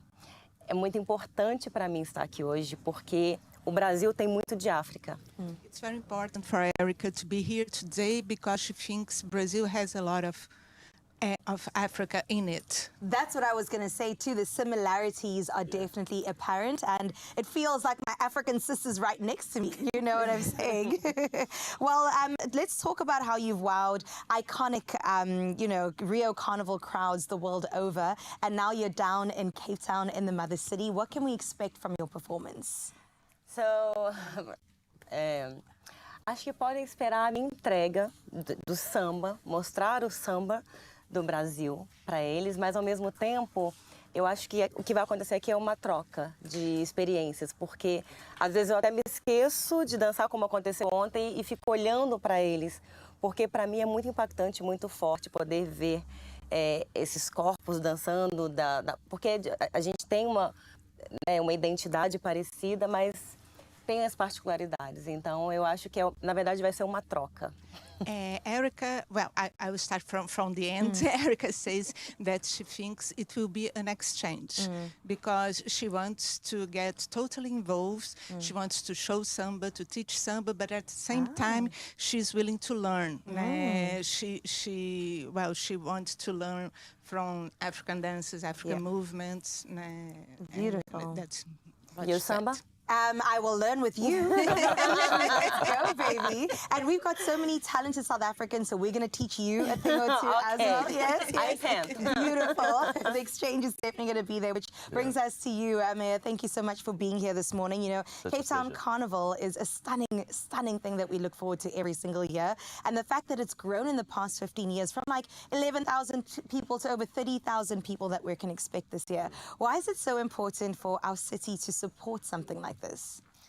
Good morning, lovely to be here and lovely to welcome you to Cape Town. I hope that you have a wonderful time here.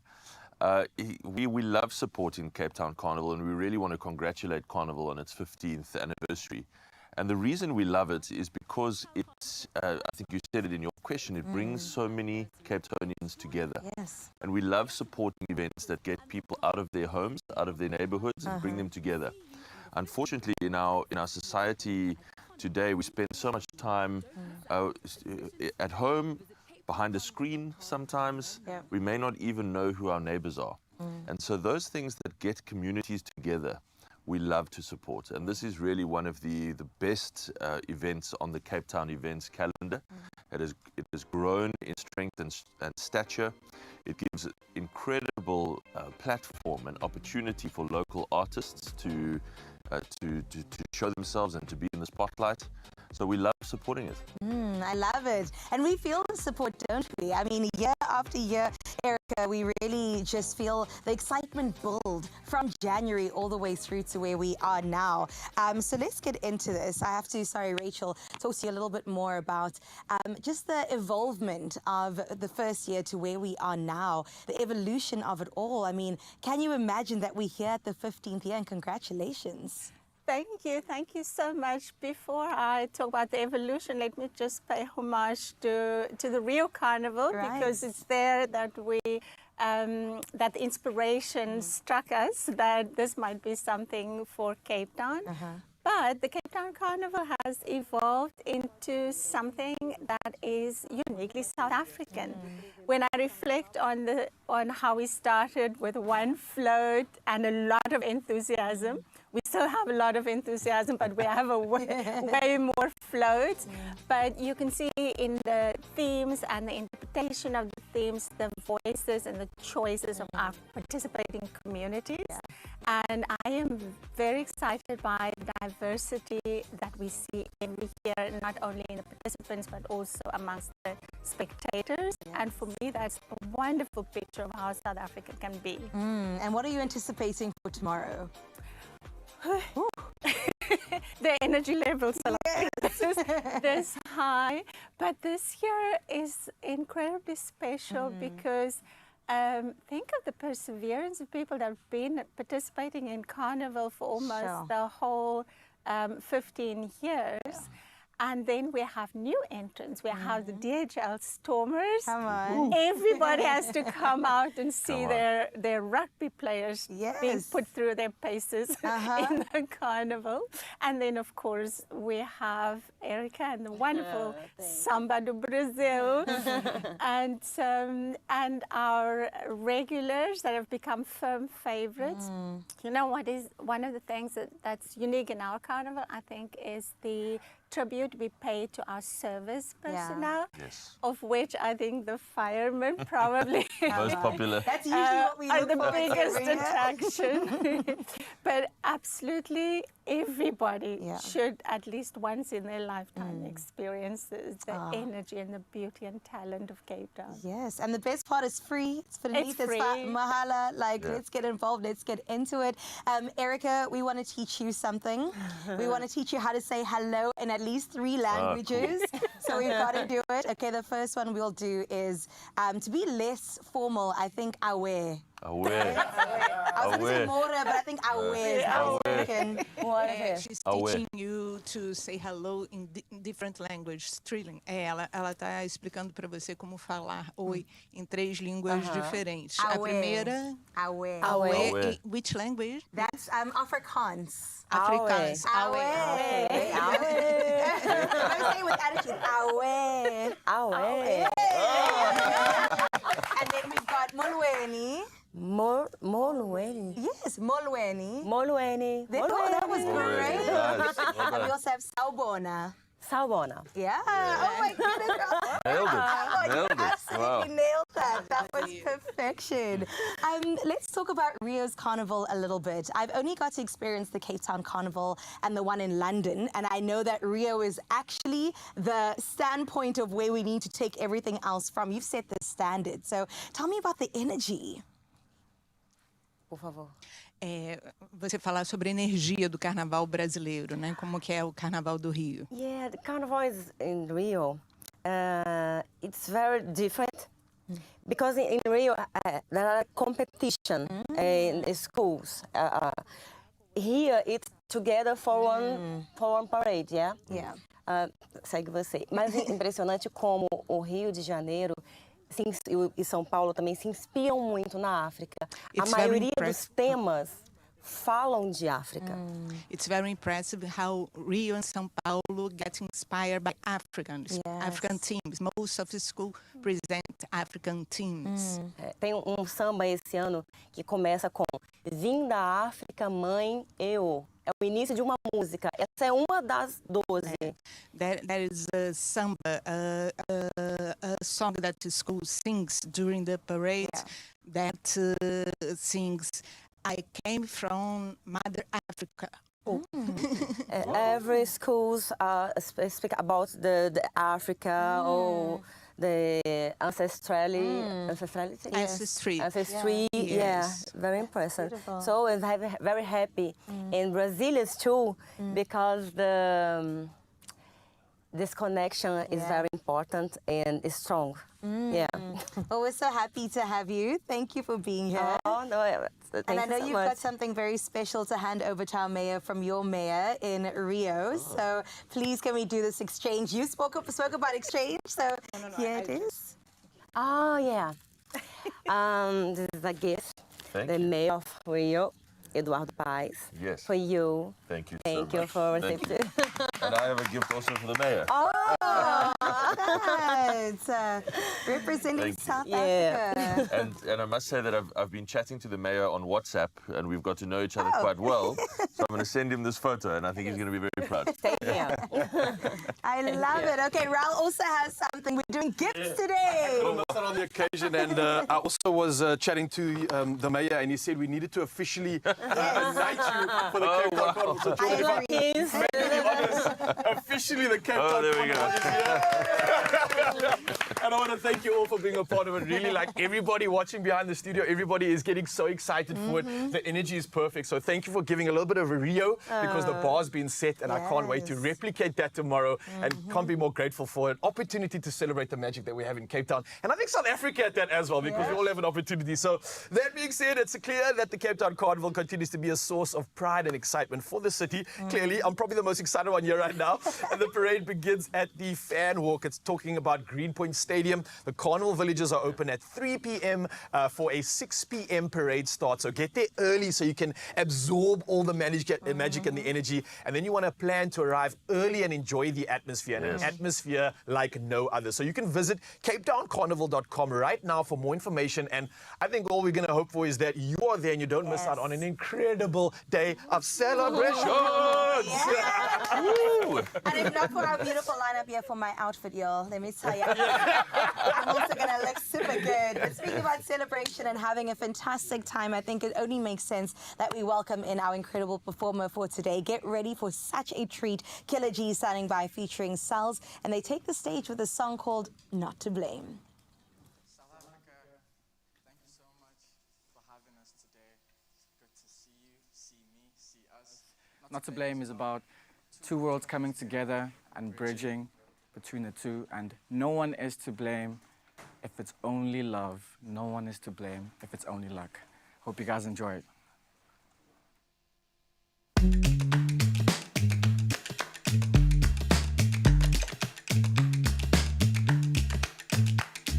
I'm so, and I'm so lucky. I'm so, and I'm so,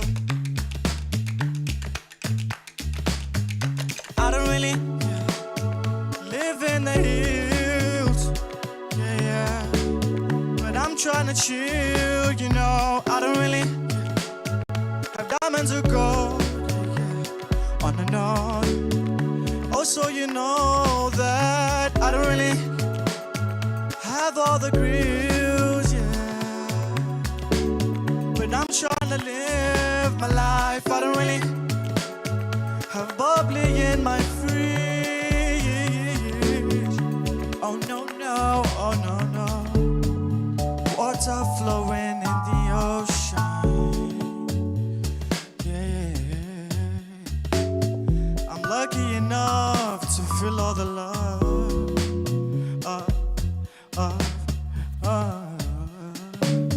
How can you blame anyone for everything you did? Oh, you did. Your peace is all you need. It's all in me. Yeah. Yale, yale, yale, yale. Yale, yale.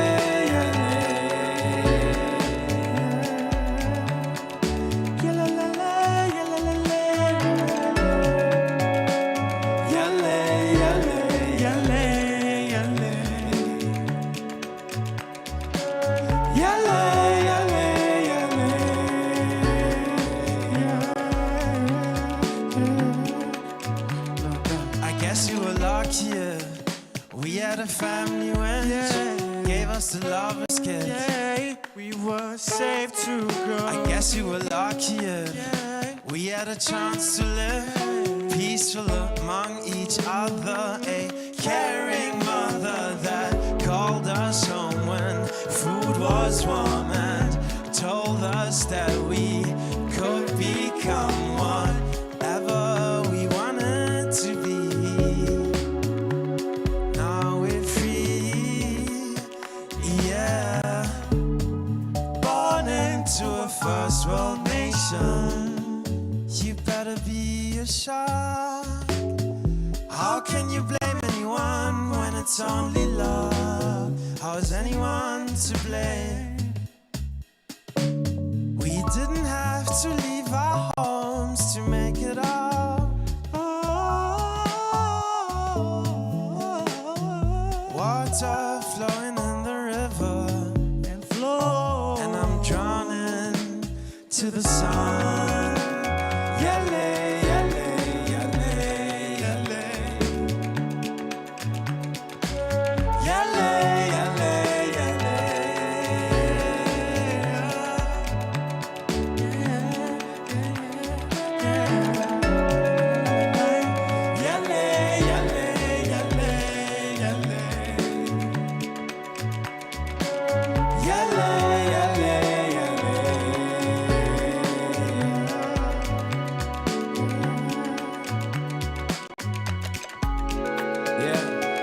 South Africa, thank you so much for listening. Kila and I are out here we're trying to set an example on how to bring two worlds together. building bridges. And we really love you, brother. Thank you so much for this opportunity. Thank you for this, bro. And we all love you so much. Thank you for listening to us. Have a great morning.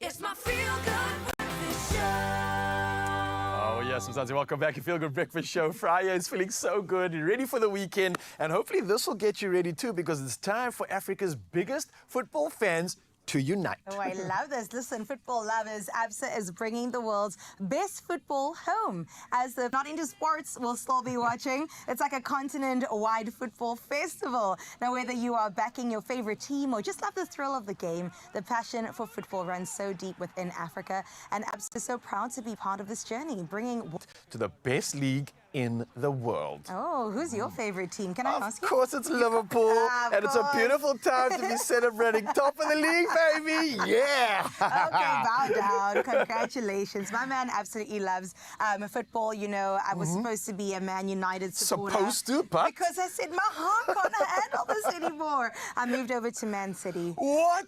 Whoa, that is crazy. You can't do that. There's rules. I make the rules. There's rules. I make the rules. That is wild. But listen, if you're a fan of any Premier League team, you want to get involved in this one, and it's an incredible opportunity to do exactly this. There's a competition waiting for you. Oh, I love now, that. listen, every Friday is now officially ABSA Football Friday. Yes. And we want you to get ready for weekly football hype competitions and surprises, and maybe use your ABSA card to spend 5,000 Rand or more. Why? Because that could win you a trip to watch Liverpool take on Arsenal live. You've heard correctly.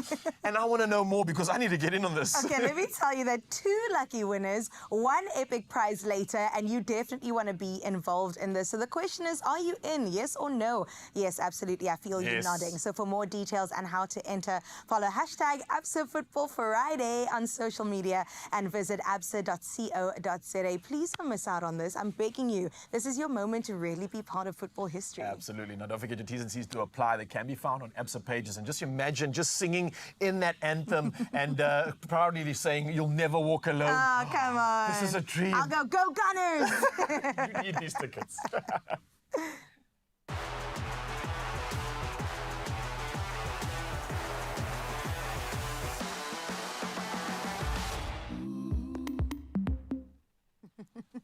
Oh, I know all football fans are so excited about ABSA taking over Fridays when it comes to great football gaming. For now, though, it's just gone a minute before we hit the top of the hour. We have 1 more hour with you, Expresso fam. So why don't we get into our first or last bit of news, rather, for today. I'm just going to make sure that I get the news right here for you. So let's get into that first, a bit of news for this morning.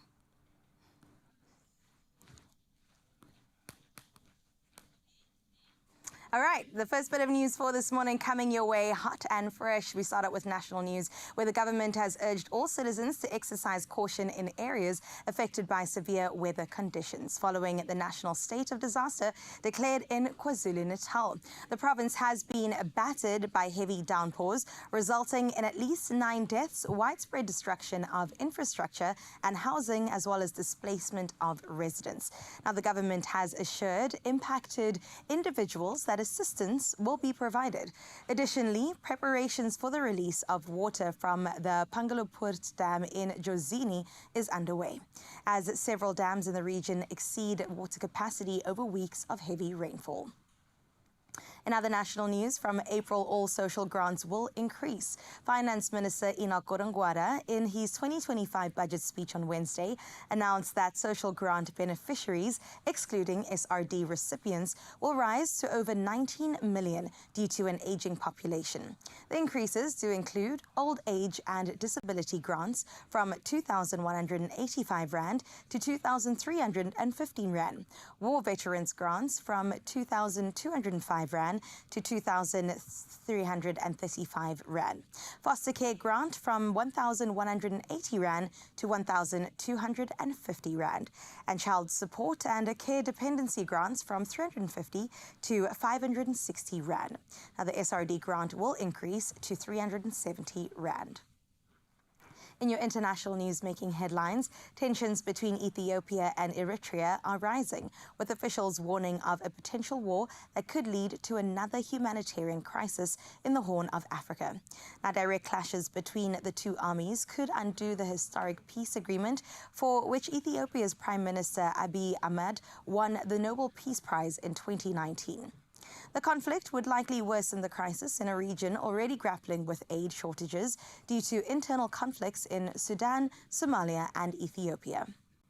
Meanwhile, Russian President Vladimir Putin yesterday expressed support for a US-backed 30-day ceasefire in the Ukraine, but stressed that the details need to be discussed. Now, he emphasized the need for a long-lasting peace that addressed the root causes of the conflict. Putin said the idea itself was correct, but wanted to ensure it was leading to peace. Now, his comments followed Ukraine's acceptance of the proposal earlier.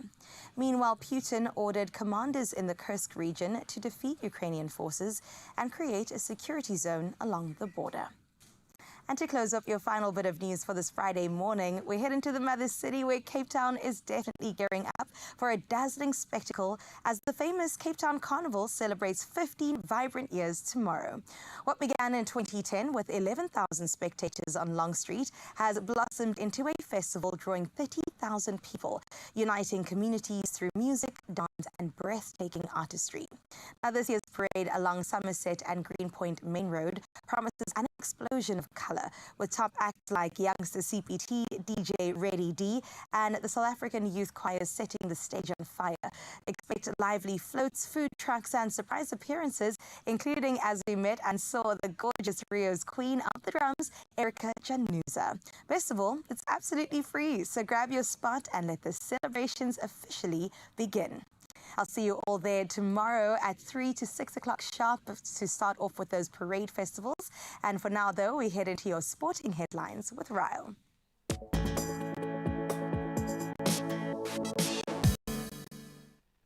Thank you so much, Carissa. And we keep the celebrations carrying on, especially if you're a rugby fan, because Cheslin Kolbe became the first backline player in over a decade to claim the SA Rugby Men's Player of the Year award at a ceremony in Cape Town last night. Now, on top of this, Nadine Roos also secured her second SA Rugby Women's Player of the Year title, while Sasha Feinberg, Mkomezulu, Jorenzo Julius, as well as Salwin Davids also received top honours. Well, we move to football, and Bruno Fernandes scored a hat-trick as Manchester United beat Real Sociedad 4-1 at Old Trafford, sealing a 5-2 aggregate win to set up a Europa League quarter-final clash with Lyon. Now, meanwhile, Wilson Odegaard's brace helped Tottenham Hotspur secure a 3-1 victory over AZ Alkmaar, advancing 3-2 on aggregate to face Eintracht Frankfurt in the last 8. Well, moving to tennis news, and two-time Indian Wells champion Iga Swiatek avenged her Paris Olympics defeat to Zheng Jingwen with a 6-3, 6-3 victory on Thursday. Now, Swiatek, who converted all 5 breakpoints in a match interrupted by court-drying delays, has now dropped just 12 games in 4 matches. And she faces 9th seed Mira Andreeva in the semi-finals. Well, lastly in the world of sport, we move to boxing, and heavyweight champion Alexander Usyk has been ordered to begin negotiations for a WBO title defense against Joseph Parker. Now, the WBO granted Usyk 30 days to reach terms with Parker, or purse bids will be called. Now, this move could end Daniel Dubois' hopes of a rematch after he withdrew from his last bout due to illness. Well, it's a roundup of sport. I hope you enjoy all the exhilarating action taking place this weekend. For now, though, let's see how we can assist you one last time when it comes to the roads. Yes, Chris, with the latest.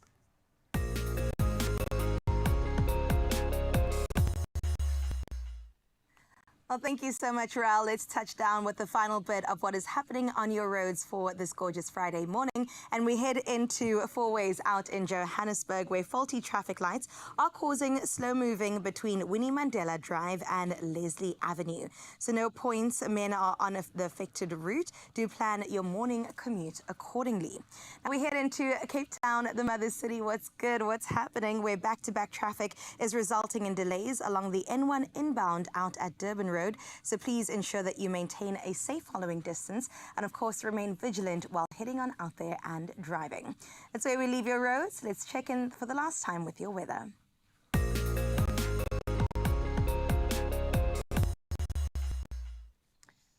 All right, let's check in with what is happening with your weather for this morning, where the South African Weather Service has issued an orange level 6 warning for disruptive rain, causing flooding and mudslides along the KwaZulu-Natal coast, excluding the north. Now, a massive storm hit Pinetown and Kloof area last night, with reports of 2 cars being washed away. Most of KwaZulu-Natal, the Wild Coast, its adjacent interior in the Eastern Cape, the Northern Cape and Limpopo can expect disruptive rain for today. Now, yellow level 2 and 4 warnings for wind as well as waves may disrupt sea navigation between Plettenberg Bay and Mazeppa Bay, while extremely high fire danger conditions are expected in the west coast interior of the Western Cape. Now let's see what your sunrise view of the hour for the final time this morning is doing. And Garnet from Uppington got in touch, or from the Transkei, got in touch with this gorgeous one. It's Willie, actually, from the Transkei. Good morning, Willie. How are you doing today? Thank you for this gorgeous view. I don't believe we've had the Transkei being seen like this in a very long time. So it's so good to see that you're doing well over there, and the weather is looking so incredibly good. You can expect a 28-degree high on your side, but let's see what the rest of Mzansi can experience for today's From the Transkei and beyond.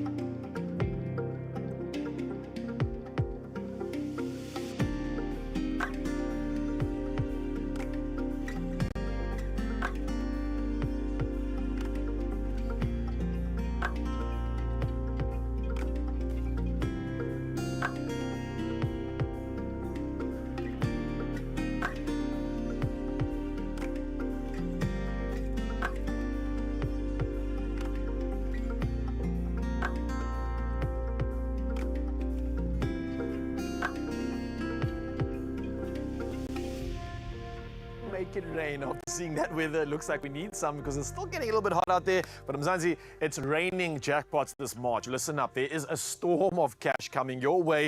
And we're talking about 53 million rand in total guaranteed Powerball and daily lotto jackpots this Friday. So do not miss out on this opportunity, right? So you can play the Powerball for guaranteed 52 million rand and the daily lotto for guaranteed 1 million rand in jackpot today. So do the following. Buy your tickets now in store on the nationallottery.co.za website. There's the mobile app, you got cell phone banking, or you can simply dial *120 *7529 hash and then follow the USSDs. It is that simple. Now, we also put these details on our Expresso social media pages right now, so you can go check it out and Panda Push Up play the Powerball and Daily Lotto for 53 million rand in total guaranteed jackpots today. And you can make it rain lots of cash this March. So play now. That's what's happening. Chris, what's happening? I feel like you want to get in on the cash and the millions here. You said money. I said, yes, please. Can I have some? Because we're making it rain. What would you do with 53 million? I'm saying you would never see me ever again. There would be signs. It would be signs. There would be signs for sure. I love it. Well, listen, we're into the final hour of the show this morning. Entertainment is still coming your way. Killer G is standing by, and I can't wait to hear from him once again. He said he is an advocate for R&B in this day and age, Cool is that, and I'm here for it. He absolutely is. He's genre bending, and he's doing the most, and we are celebrating it. And we're also celebrating World Sleep Day. So ahead of World Sleep Day, we've got 5 movies that you don't want to sleep on. And it's going to give you all the mood for the weekend. A perfect plan just around the corner. See you soon.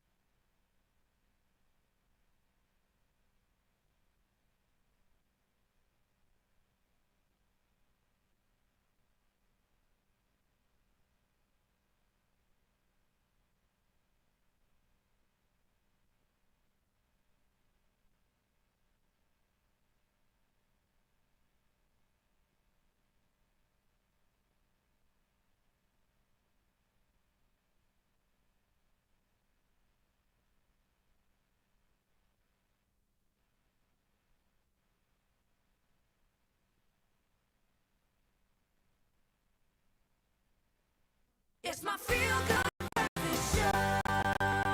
Welcome back. We're celebrating World Sleep Day on your Feel Good Breakfast Show. And in sticking to the theme, our entertainment reporter Zoe Human brings us the must-see movies that you may have slept on over the past couple of years. We keep the puns, okay? We're going to keep them going because we clearly have not had enough sleep. Never Zoe, enough welcome. sleep. Welcome. Hello. Okay, movies. I love movies. Sleep. I love sleep. Let's get into ones that we shouldn't have slept Hopefully on. the ones that you're not going to fall asleep while watching. While watching them. Yes. Get to the credits, guys. And It's hard listen, I'm probably sometimes. thinking you're hearing the category sleep and you're thinking, okay, she's going to put Sleeping Beauty on this list. No. Okay. Boring. Let's get into some good ones, though. I feel like I've maybe watched 1 or 2 of them. 1 or 2? Possibly. Tell me more about the first one and I'll let you I know. have chosen movies that are a little bit older than the usual. They're about, the oldest one is 2008, and you might think, that's like the other day. Yeah. Girl, that was 17 years ago. Oh, I could have had a child and a teenager. I was a kid watching the DVDs. Okay, first up we have While You Were Sleeping with Sandra Bullock and Bill Pullman. Have you watched this one? I don't think I have. I do love some Sandra Bullock, though. So it's a great rom-com, and I think it's a slept-on rom-com, if you will. So it follows Lucy, and she basically works at a train station. One day on Christmas, because she's an orphan and she has no one to go home to, she's working that day. The guy that she always sees coming to the station, he falls onto the train tracks, hits his head. She saves his life. Oh, my but now he's goodness. in a coma. So in this comatic state. She is in the hospital with him, looking after him because no one else is there. Right. And then she tells him, yeah, no, I'm his fiance. Everything that ensues is a result of that action. So the family then rushes in and they're like, oh, she's the fiance, but wait, what? Our son was engaged? Yeah, but they don't have such a close relationship that they understand. So she basically builds this lie. And there's a brother involved. Oh my goodness. So she falls in love with the brother while he is in this coma. And this is sort of how the story unfolds. This is the brother. Bill Pullman is played by the brother. And it's such a cute story. So if you're looking for something to watch. Is it cute or psycho? Because wow. Okay, originally, you know what? Meg Ryan was originally supposed to play this role. Okay. But she turned it down because nobody liked the script at the time. Because of the fact that it was originally supposed to be Lucy who fell into the coma. And people were like, I don't know how I feel about that. Yes. Kind of like Sleeping Beauty. Yeah. Same reason. So yeah, that's film number 1. Okay, while you were sleeping, sounds interesting. We love a rom-com, especially from the 90s. I think that they just did it right every time. What else do we have? Yeah, we have our family movie. We have Bedtime Stories by Adam Sandler. Oh. So he is an uncle who reads these stories to his niece and nephew, and they're fantastical, and somehow they just start coming true. Oh, I love And I think it's a really cute movie to watch with your kids and family, so that's why it's added to the list. And guys, it's Adam Sandler. I was going to say, how can you not? Not just for the children, because Adam just knows how to write the best jokes, I think. 100%. He's one of my favorites from back in the day, too, and he definitely knows how to do it right. Oh, Jamie Moore's in this one, too. Not Courtney Cox, Courtney man. Cox. Courtney Cox. You know, they look the same. It's okay. They're one of those actors that are always going to look similar. No, it's a really good cast. Guy Pearce, who was in The Brutalist, he's also in here. So always a banging cast. Okay. Next up, not so much a family movie. How do you say it? So I say The Machinist. The Machinist, The right? Machinist. And I heard so much about Christian Bale in this that he had to literally get into the role. He lost so much weight for 28 it too. kgs he lost for this role. Crazy. He took 4 months eating nothing but apples and smoking cigarettes, having 1 cup of coffee a day and nothing else. Do not try this at home. Apparently what he used to do to get into that psycho mindset, he would put headphones on his ears and no music would play. He would just sit there listening to what people said while having these headphones on his ears to get him into the head of a serial killer. Well, not serial killer, psycho. But basically it's a story about a man who hasn't slept in a year, and basically the paranoia and delusions that result from that not sleeping. Wow. It's a very interesting movie. I think you're going to like it, and I definitely enjoyed it when I checked it out. Dr. Dale did warn us, without sleep, it's actually, you could die. Listen, his variety as an actor. So this is him in American Hustle and him in another role in The Machinist. So the transitions this man will go through commitment for a role is insane. It's impressive, and Christian Bale, all hats off to you, because I've been the same weight since I've been in grade 6 and I've been trying to lose, and it just doesn't happen. No, So yeah, really, you've is it seen a different 102 kgs. That's him in Vice at 102 kgs. Wow, which one do you think looks the best? Listen, I love his Batman era. His Batman era, it's healthy, it's good for him. And he said, yeah, this was one of the worst roles to get into because of the process that he had to put his body through. Oh, geez, Oscar worthy. Okay, that was Oscar-worthy. 2004. In the same year, I'm telling you, one of my favorite movies of all time was released. I watch it on repeat, and it definitely is worth your time. Yes, 100%. So I heard in a conversation last week where someone was saying they love Jim Carrey. He's always got such funny roles. And I was like, my favorite role of Jim Carrey is his very serious role in Eternal Sunshine of the Spotless Mind. So he plays Joel. Him and Clementine, they're a couple that have this breakup. Clementine then decides that she's going to go through this process of erasing him from her memory. So whole relationship just gone.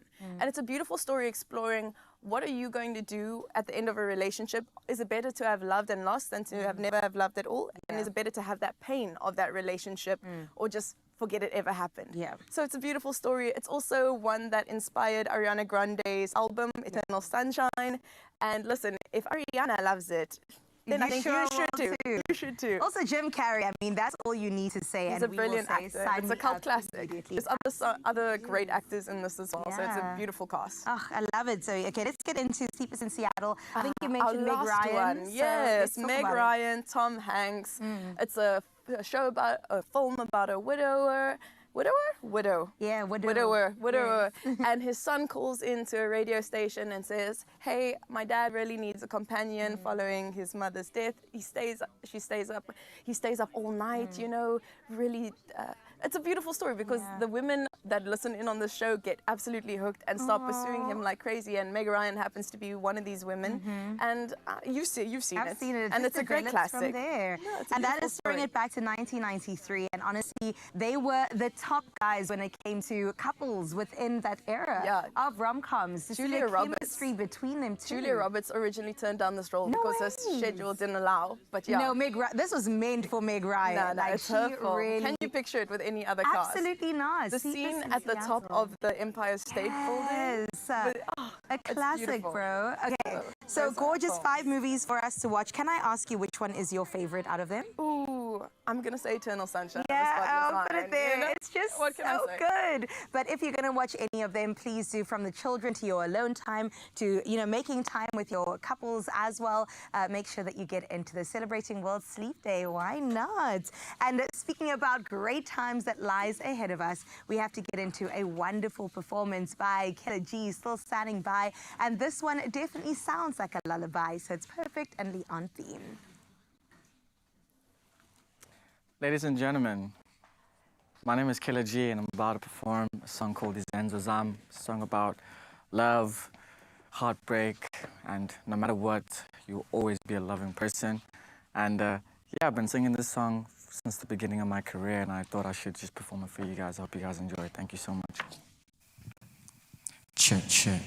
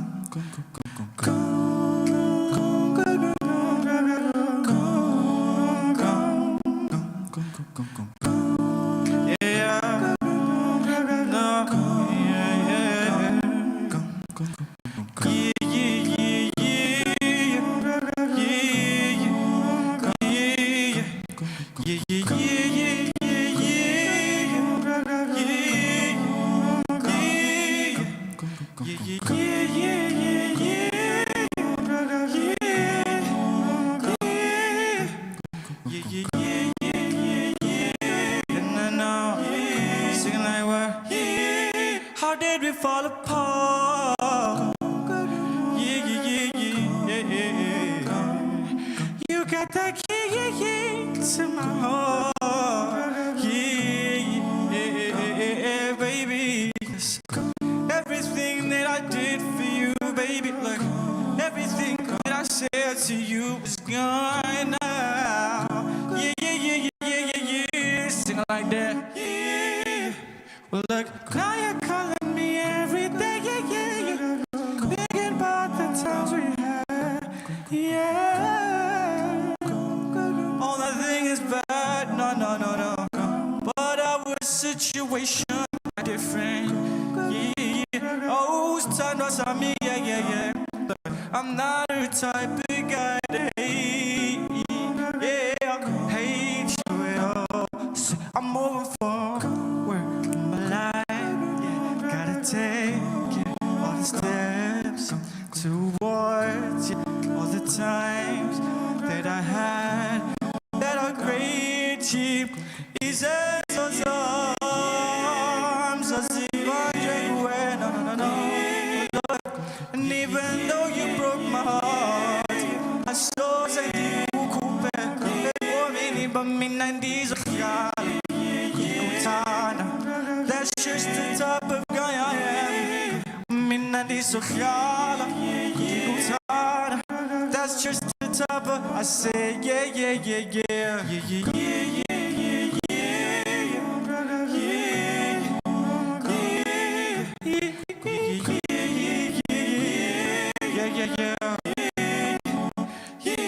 My name is Killer G.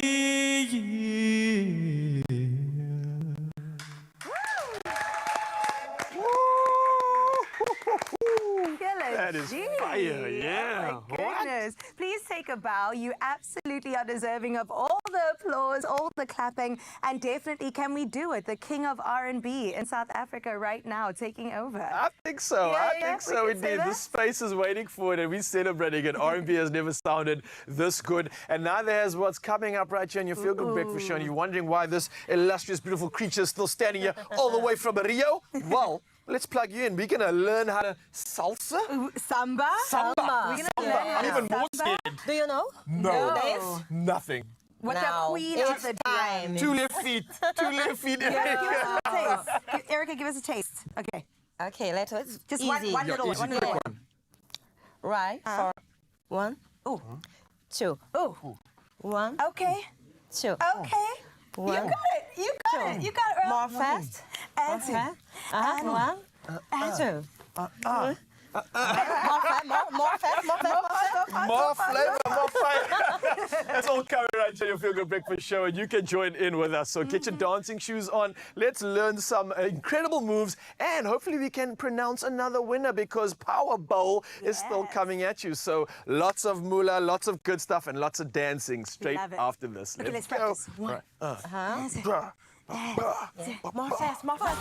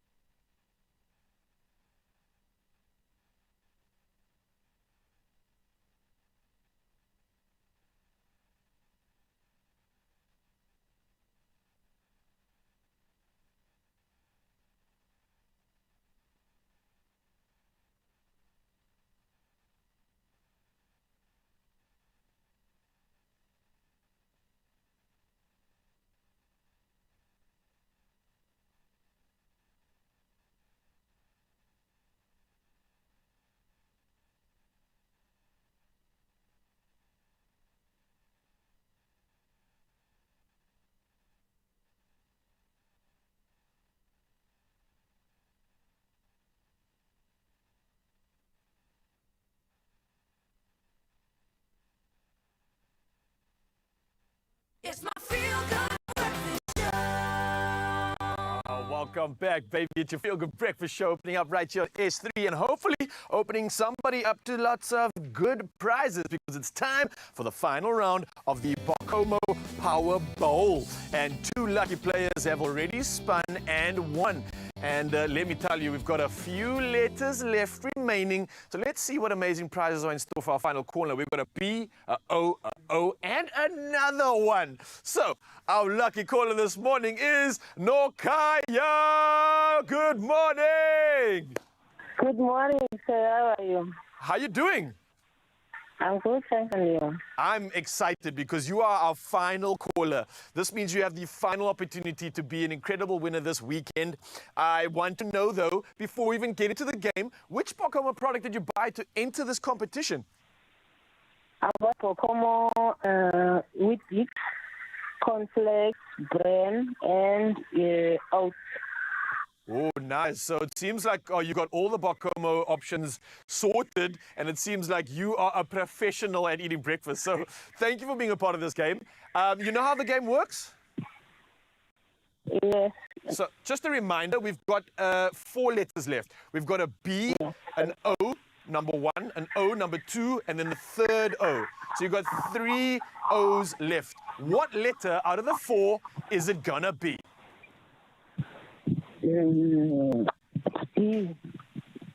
Nokoya, I'm just gonna confirm with you, Nokoya, you are choosing B? Yes. All right, let's bring in our perfectionist, Lucian Albertine. Reveal to us what's it gonna be. Nokoya, you have officially won yourself a 500 Uber Eats voucher! Thank you. Congratulations. How are you feeling, Nokoya? Oh, I'm feeling so happy. I'm over the moon. Thank you from Whitby and Expresso show. Thank you so much. Well, we want to say thank you for being a part of this and for choosing Bakomo as your option when it comes to breakfast, because you're making a great decision. And hopefully the 500 Rand Uber Eats voucher will do exactly that. Will serve you for the weekend and allow you to celebrate. So Bakomo's Power Bowl is thanking you for being a part of this incredible game. And I hope you have a beautiful weekend. Yes, thank you. Thank you. Thank you. That's that simple, and that's a wrap on today's Bakomo Power Bowl. And we want you to be the next player. And how? Well, it's simple. Buy any participating Bakomo product and enter for a chance to play the Power Bowl. And that will be live right here on Expresso. And if you're wondering how to enter, here's a reminder on getting involved in the good stuff.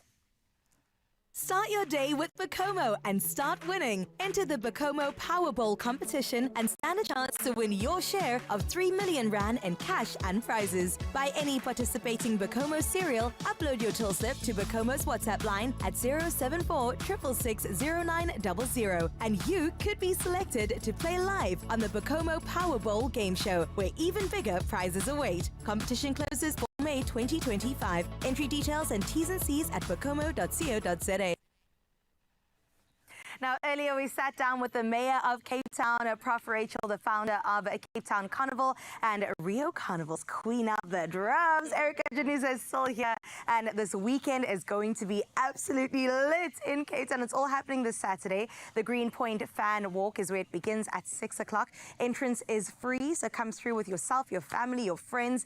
And today we have the privilege of learning how to samba. I'm ready for you. Yes, with Erica herself, Rio Carnival's Queen on the drums. So, Erica, Raul's nervous. Very nervous. I'm a little nervous. I'm scared, but I know I'm in the best hands possible, so I'm excited for this. You ready? Yes. I think so. I think so. Where do we begin, Erica? Yeah. So maybe let's just remind Mzansi. Can everybody watching at home join in on this right now as well? Yeah, we can all Cool. do it. You guys can join in, Mzansi. Let's get it going. One by one. One. Around. Two. Tap. It's important. What the name this?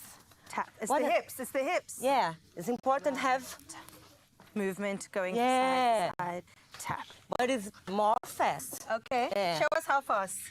More fast? Yeah, show us. Yo, my quads are going to burn. All right. So- How fast can you go? But the beginning is this. Yeah. Two. One. Two. I thought I could dance, and now I'm questioning Nice in your myself. house. One. Two. 3. And the hands? They're here. Yes. Sweet.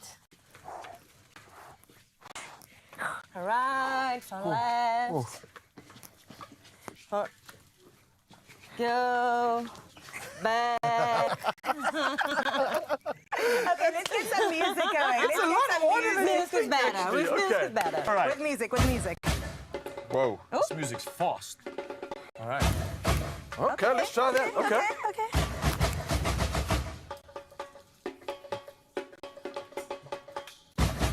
With it. Go. Yo! What even? Wow!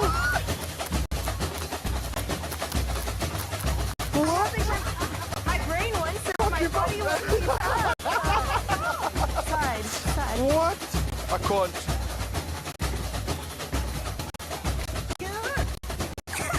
If Erica says I'm good, then let's do it. Yes. The shaking, the shaking. I'm just like running on the spot here now. Yes, Erica. Yes! Yes. Yes! Wow! Unbelievable! Very easy. Oh my No, goodness. not very easy at Do all. you do it with somebody or by yourself? Yourself. Yourself? Only yourself. Only yourself, okay. I feel like this could be classified as like a fitness session this morning. If you get involved in this dancing, you are going to burn calories. Your legs are going to feel it as well, your feet. And it's just dancing, by the way. So It's a good activity. yeah. Clearly this is what's keeping you in shape, right? Yeah, amazing. Heart shape up. All right, and this is exactly what we're going to get down and doing tomorrow. 6 o'clock is when the parade starts, but you can get there from 3 o'clock when gates are going to be open. It's the Cape Town Carnival. The theme is wowza and wowza. Erica definitely had us saying that jaws on the floor, not only the outfit, but the talent. And I'm going to dress like something similar to tomorrow. Oh, yeah. It's the opportunity to show off, to dress up and have a beautiful celebration. And that's exactly what it's about. So we'll see you on the weekend. You'll definitely see Erica as well. But we're still going to be seeing you right here because we've still got a few minutes right on your Feel Good Breakfast Show. Opportunities to win a moolah. Great ideas when it comes to the kitchen and iftar ideas. So we've got beautiful cooking coming your way. Something delicious for everybody. So don't fret. We'll see you in just a Okay, one more time. Yeah. Yeah. Have a time, yeah. Tomorrow.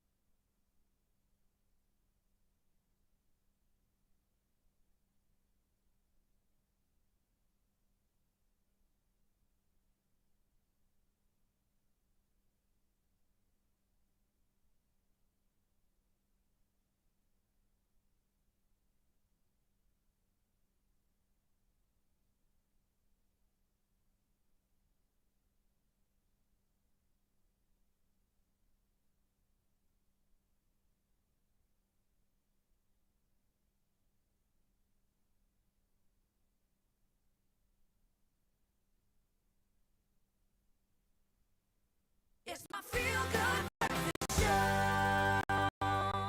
Welcome back to your Feel Good Breakfast Show. Now, whether you're looking for a quick, delicious and wholesome inspiration to break your fast or just want something simple to dish up in an effortless way this iftar, chef and baker Lemise Abrams is here in the building and got us covered with some amazing tips too, you know, tips and tips.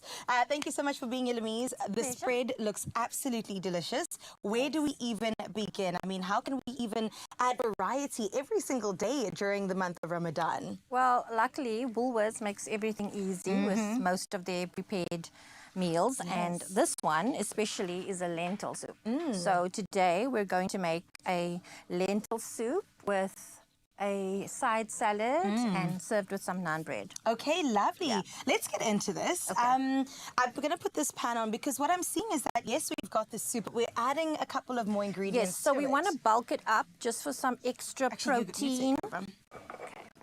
just to add some extra protein to our lentil soup, we're going to add some mushrooms. Delicious. Then we're also going to add a rotisserie chicken Come from on. Woolworths. It's a staple, Convenience. yes. Exactly. Just shred it up and then add that. Because you know what happens? Usually we eat that rotisserie chicken in 0.5 seconds, but the breasts are always left behind. Yeah, exactly. And, this is a great way to use the breasts. Exactly. So then we'll just add our soup. Okay. And this is also more protein. It's got the lentils in it. Exactly, lentils. This lentil soup is actually, it's made with red and brown lentils. Oh, lovely. Yeah, and it's infused with aromatic spices. It's got fresh ginger and coriander in it. Oh, so we even so it's have really those flavors healthy. there. Have a smell.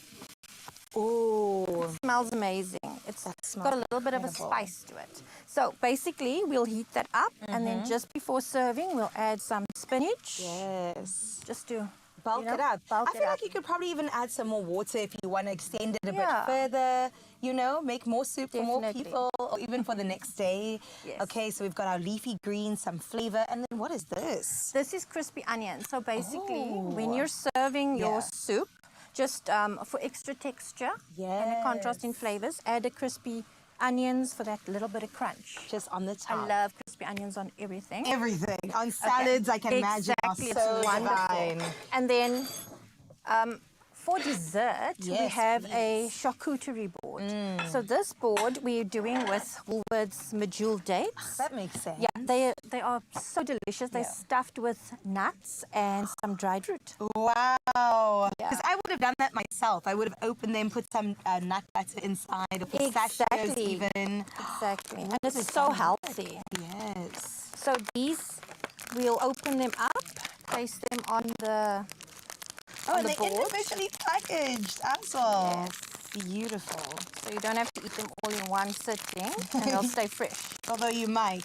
You might. You might. We won't judge you if you do. I love that this is a healthy charcuterie board too, because we've got some delicious favorites. This even looks like dark chocolate. It is. So what's great about the charcuterie board is that you can actually melt some chocolate and then dip it. Oh, lovely. In the chocolate. And then it also an we're adding interactive charcuterie board.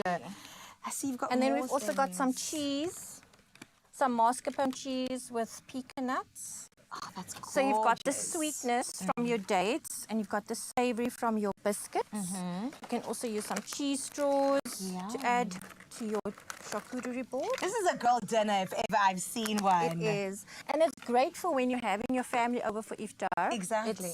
It's just a perfect, well-balanced board. Beautiful. And then I it see creates some of social these. interaction. Yes, so this, just crumble it up and add it to your... Let me try just to make for some one. extra. Okay, so then... flavor. Let's see if I can try to make one. Just some delicious chocolate on top of the dates that you said are stuffed with nuts. Yes. Can take the freeze-dried strawberry. Going to be a bit messy here. Allow me. That's okay. Put that on top. And there you go. Gorgeous. right. Adding extra color. Yes, and then of course, always just top it off with some pretty edible flowers to make the board come alive even more. Oh, that means this is incredible. Some pomegranate seeds Yes. as well.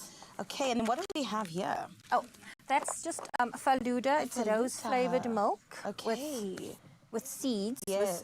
with subja seeds, and it's really delicious. Incredible. It's very cooling after a long day, especially in this heat Exactly. that we are having. What I'm loving about Woolworths lately is that they're really tapping into the culture of South Africa. And I They mean, are. Ramadan is such an important month for so many people celebrating year in and year out. So to include your family, yourself, those around you. And making everything easy, you know. It's like the Exactly. naan bread is already done for you.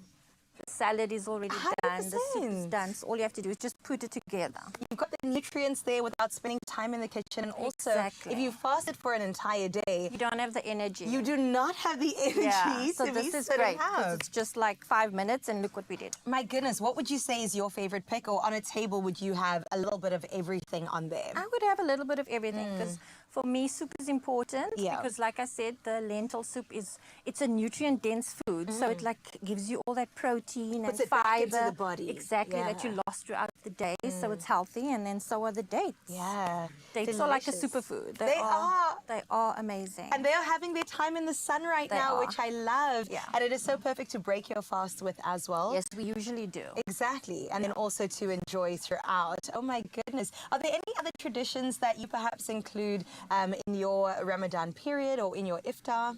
Okay, so we also obviously have to have a samosa on the table. Come on. It's just, that's just It's a a staple. staple. Yeah. I love a samosa. Yeah. And what's your favorite filling? Because for me, it's always going to be potato. Cheese. Cheese for you? Cheese and Yeah. corn or just cheese? Just cheese. Just cheese. Yeah. I like cheese and that. jalapeno. Ooh, a little bit of spice. A little for bit of Louise. spice. I'm here for it. Well, I love the fact that our soup our was soup is that basically easy. done. Yes, let's turn that down. So you would just fish it up. Yes. Let's see if this is not too hot. I need to just shoot Oh my gosh, that looks amazing. And it smells Like heaven. incredible. Okay, dish some soup up. A little bit of salt. Flavor it up. And then the Crispy onions. And a little bit of pepper. Absolutely divine. And look good to go. at that. And you could also add a dollop of yogurt, Greek yogurt, just That to would work balance perfectly. the spice. just to Because have a this does balance have of a the spice. curry smell and feel does. to it. Okay, well done to us. I think that I'm deserving of a taste of the goodness that Lemise made for me, and I'll tell you exactly if you need to include this on your table. Mmm. Oh my goodness. Yeah, it's really The good. flavors are so complex and delicious. A great way after your day to get into your evening dining. Please, Expresso fam, add this to your table. ExpressoShow.com is where you get this easy and delicious recipe. And happy Ramadan for the rest of those celebrating for the rest of the month and beyond. Thank you, Lemise, for joining us. Awesome. And celebrate we shall, especially when we're looking behind me right now and you can see what's about to go down, because we've had the conversation, we've seen the dance moves, but let's put it all together and celebrate the Cape Town Carnival, which is happening tomorrow. And ahead of that, we've got a celebration right here behind me, and Erica is going to be showing her dance moves, the queen of the Rio Carnival drums, and we've got the carnival feels right here. So you don't need to go anywhere ahead of the 15th of March. It's taking place at 6 p.m. and it's free, it's mahala, and this is going to be an exclusive reason as to why you have to be there. So don't go anywhere, Mzansi. This is about to go down in just a bit.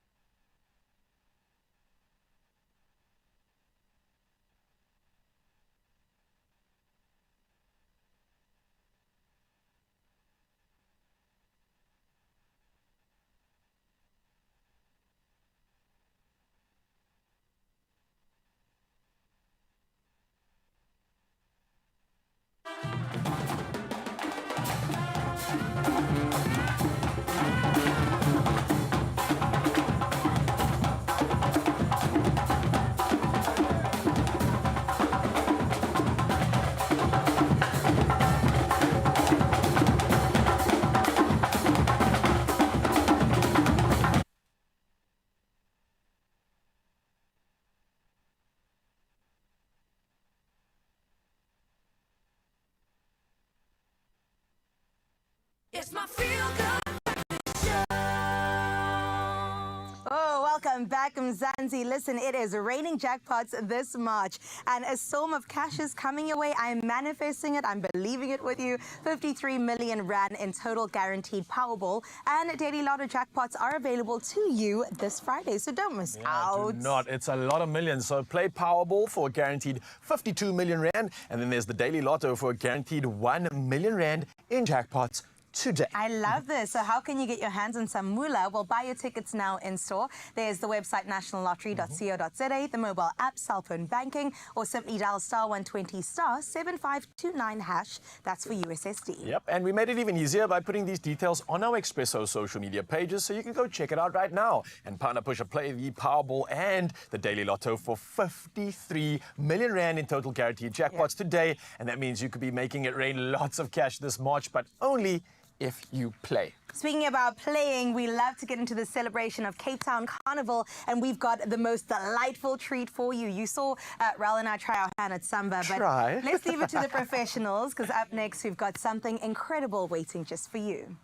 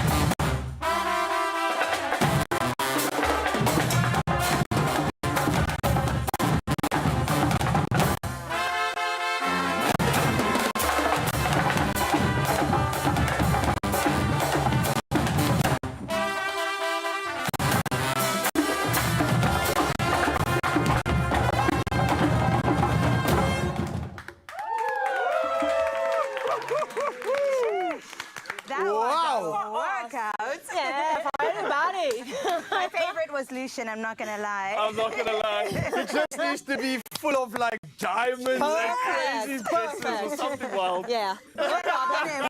Tomorrow is yours.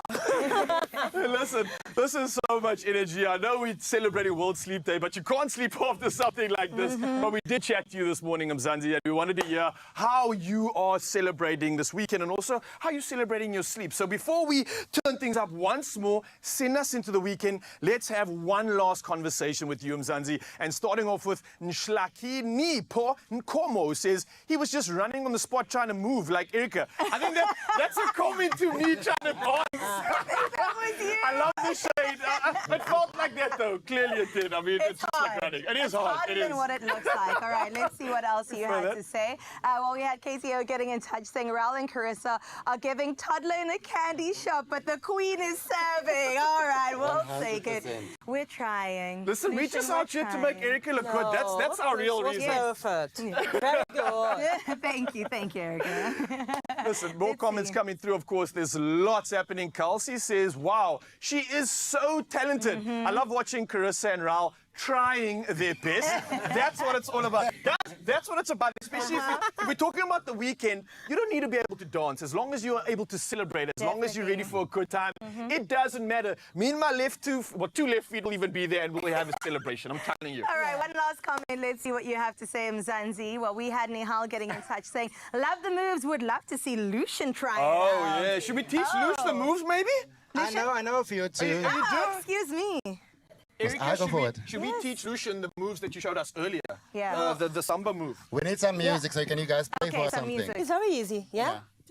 Let's go. All right. Now you guys can get this.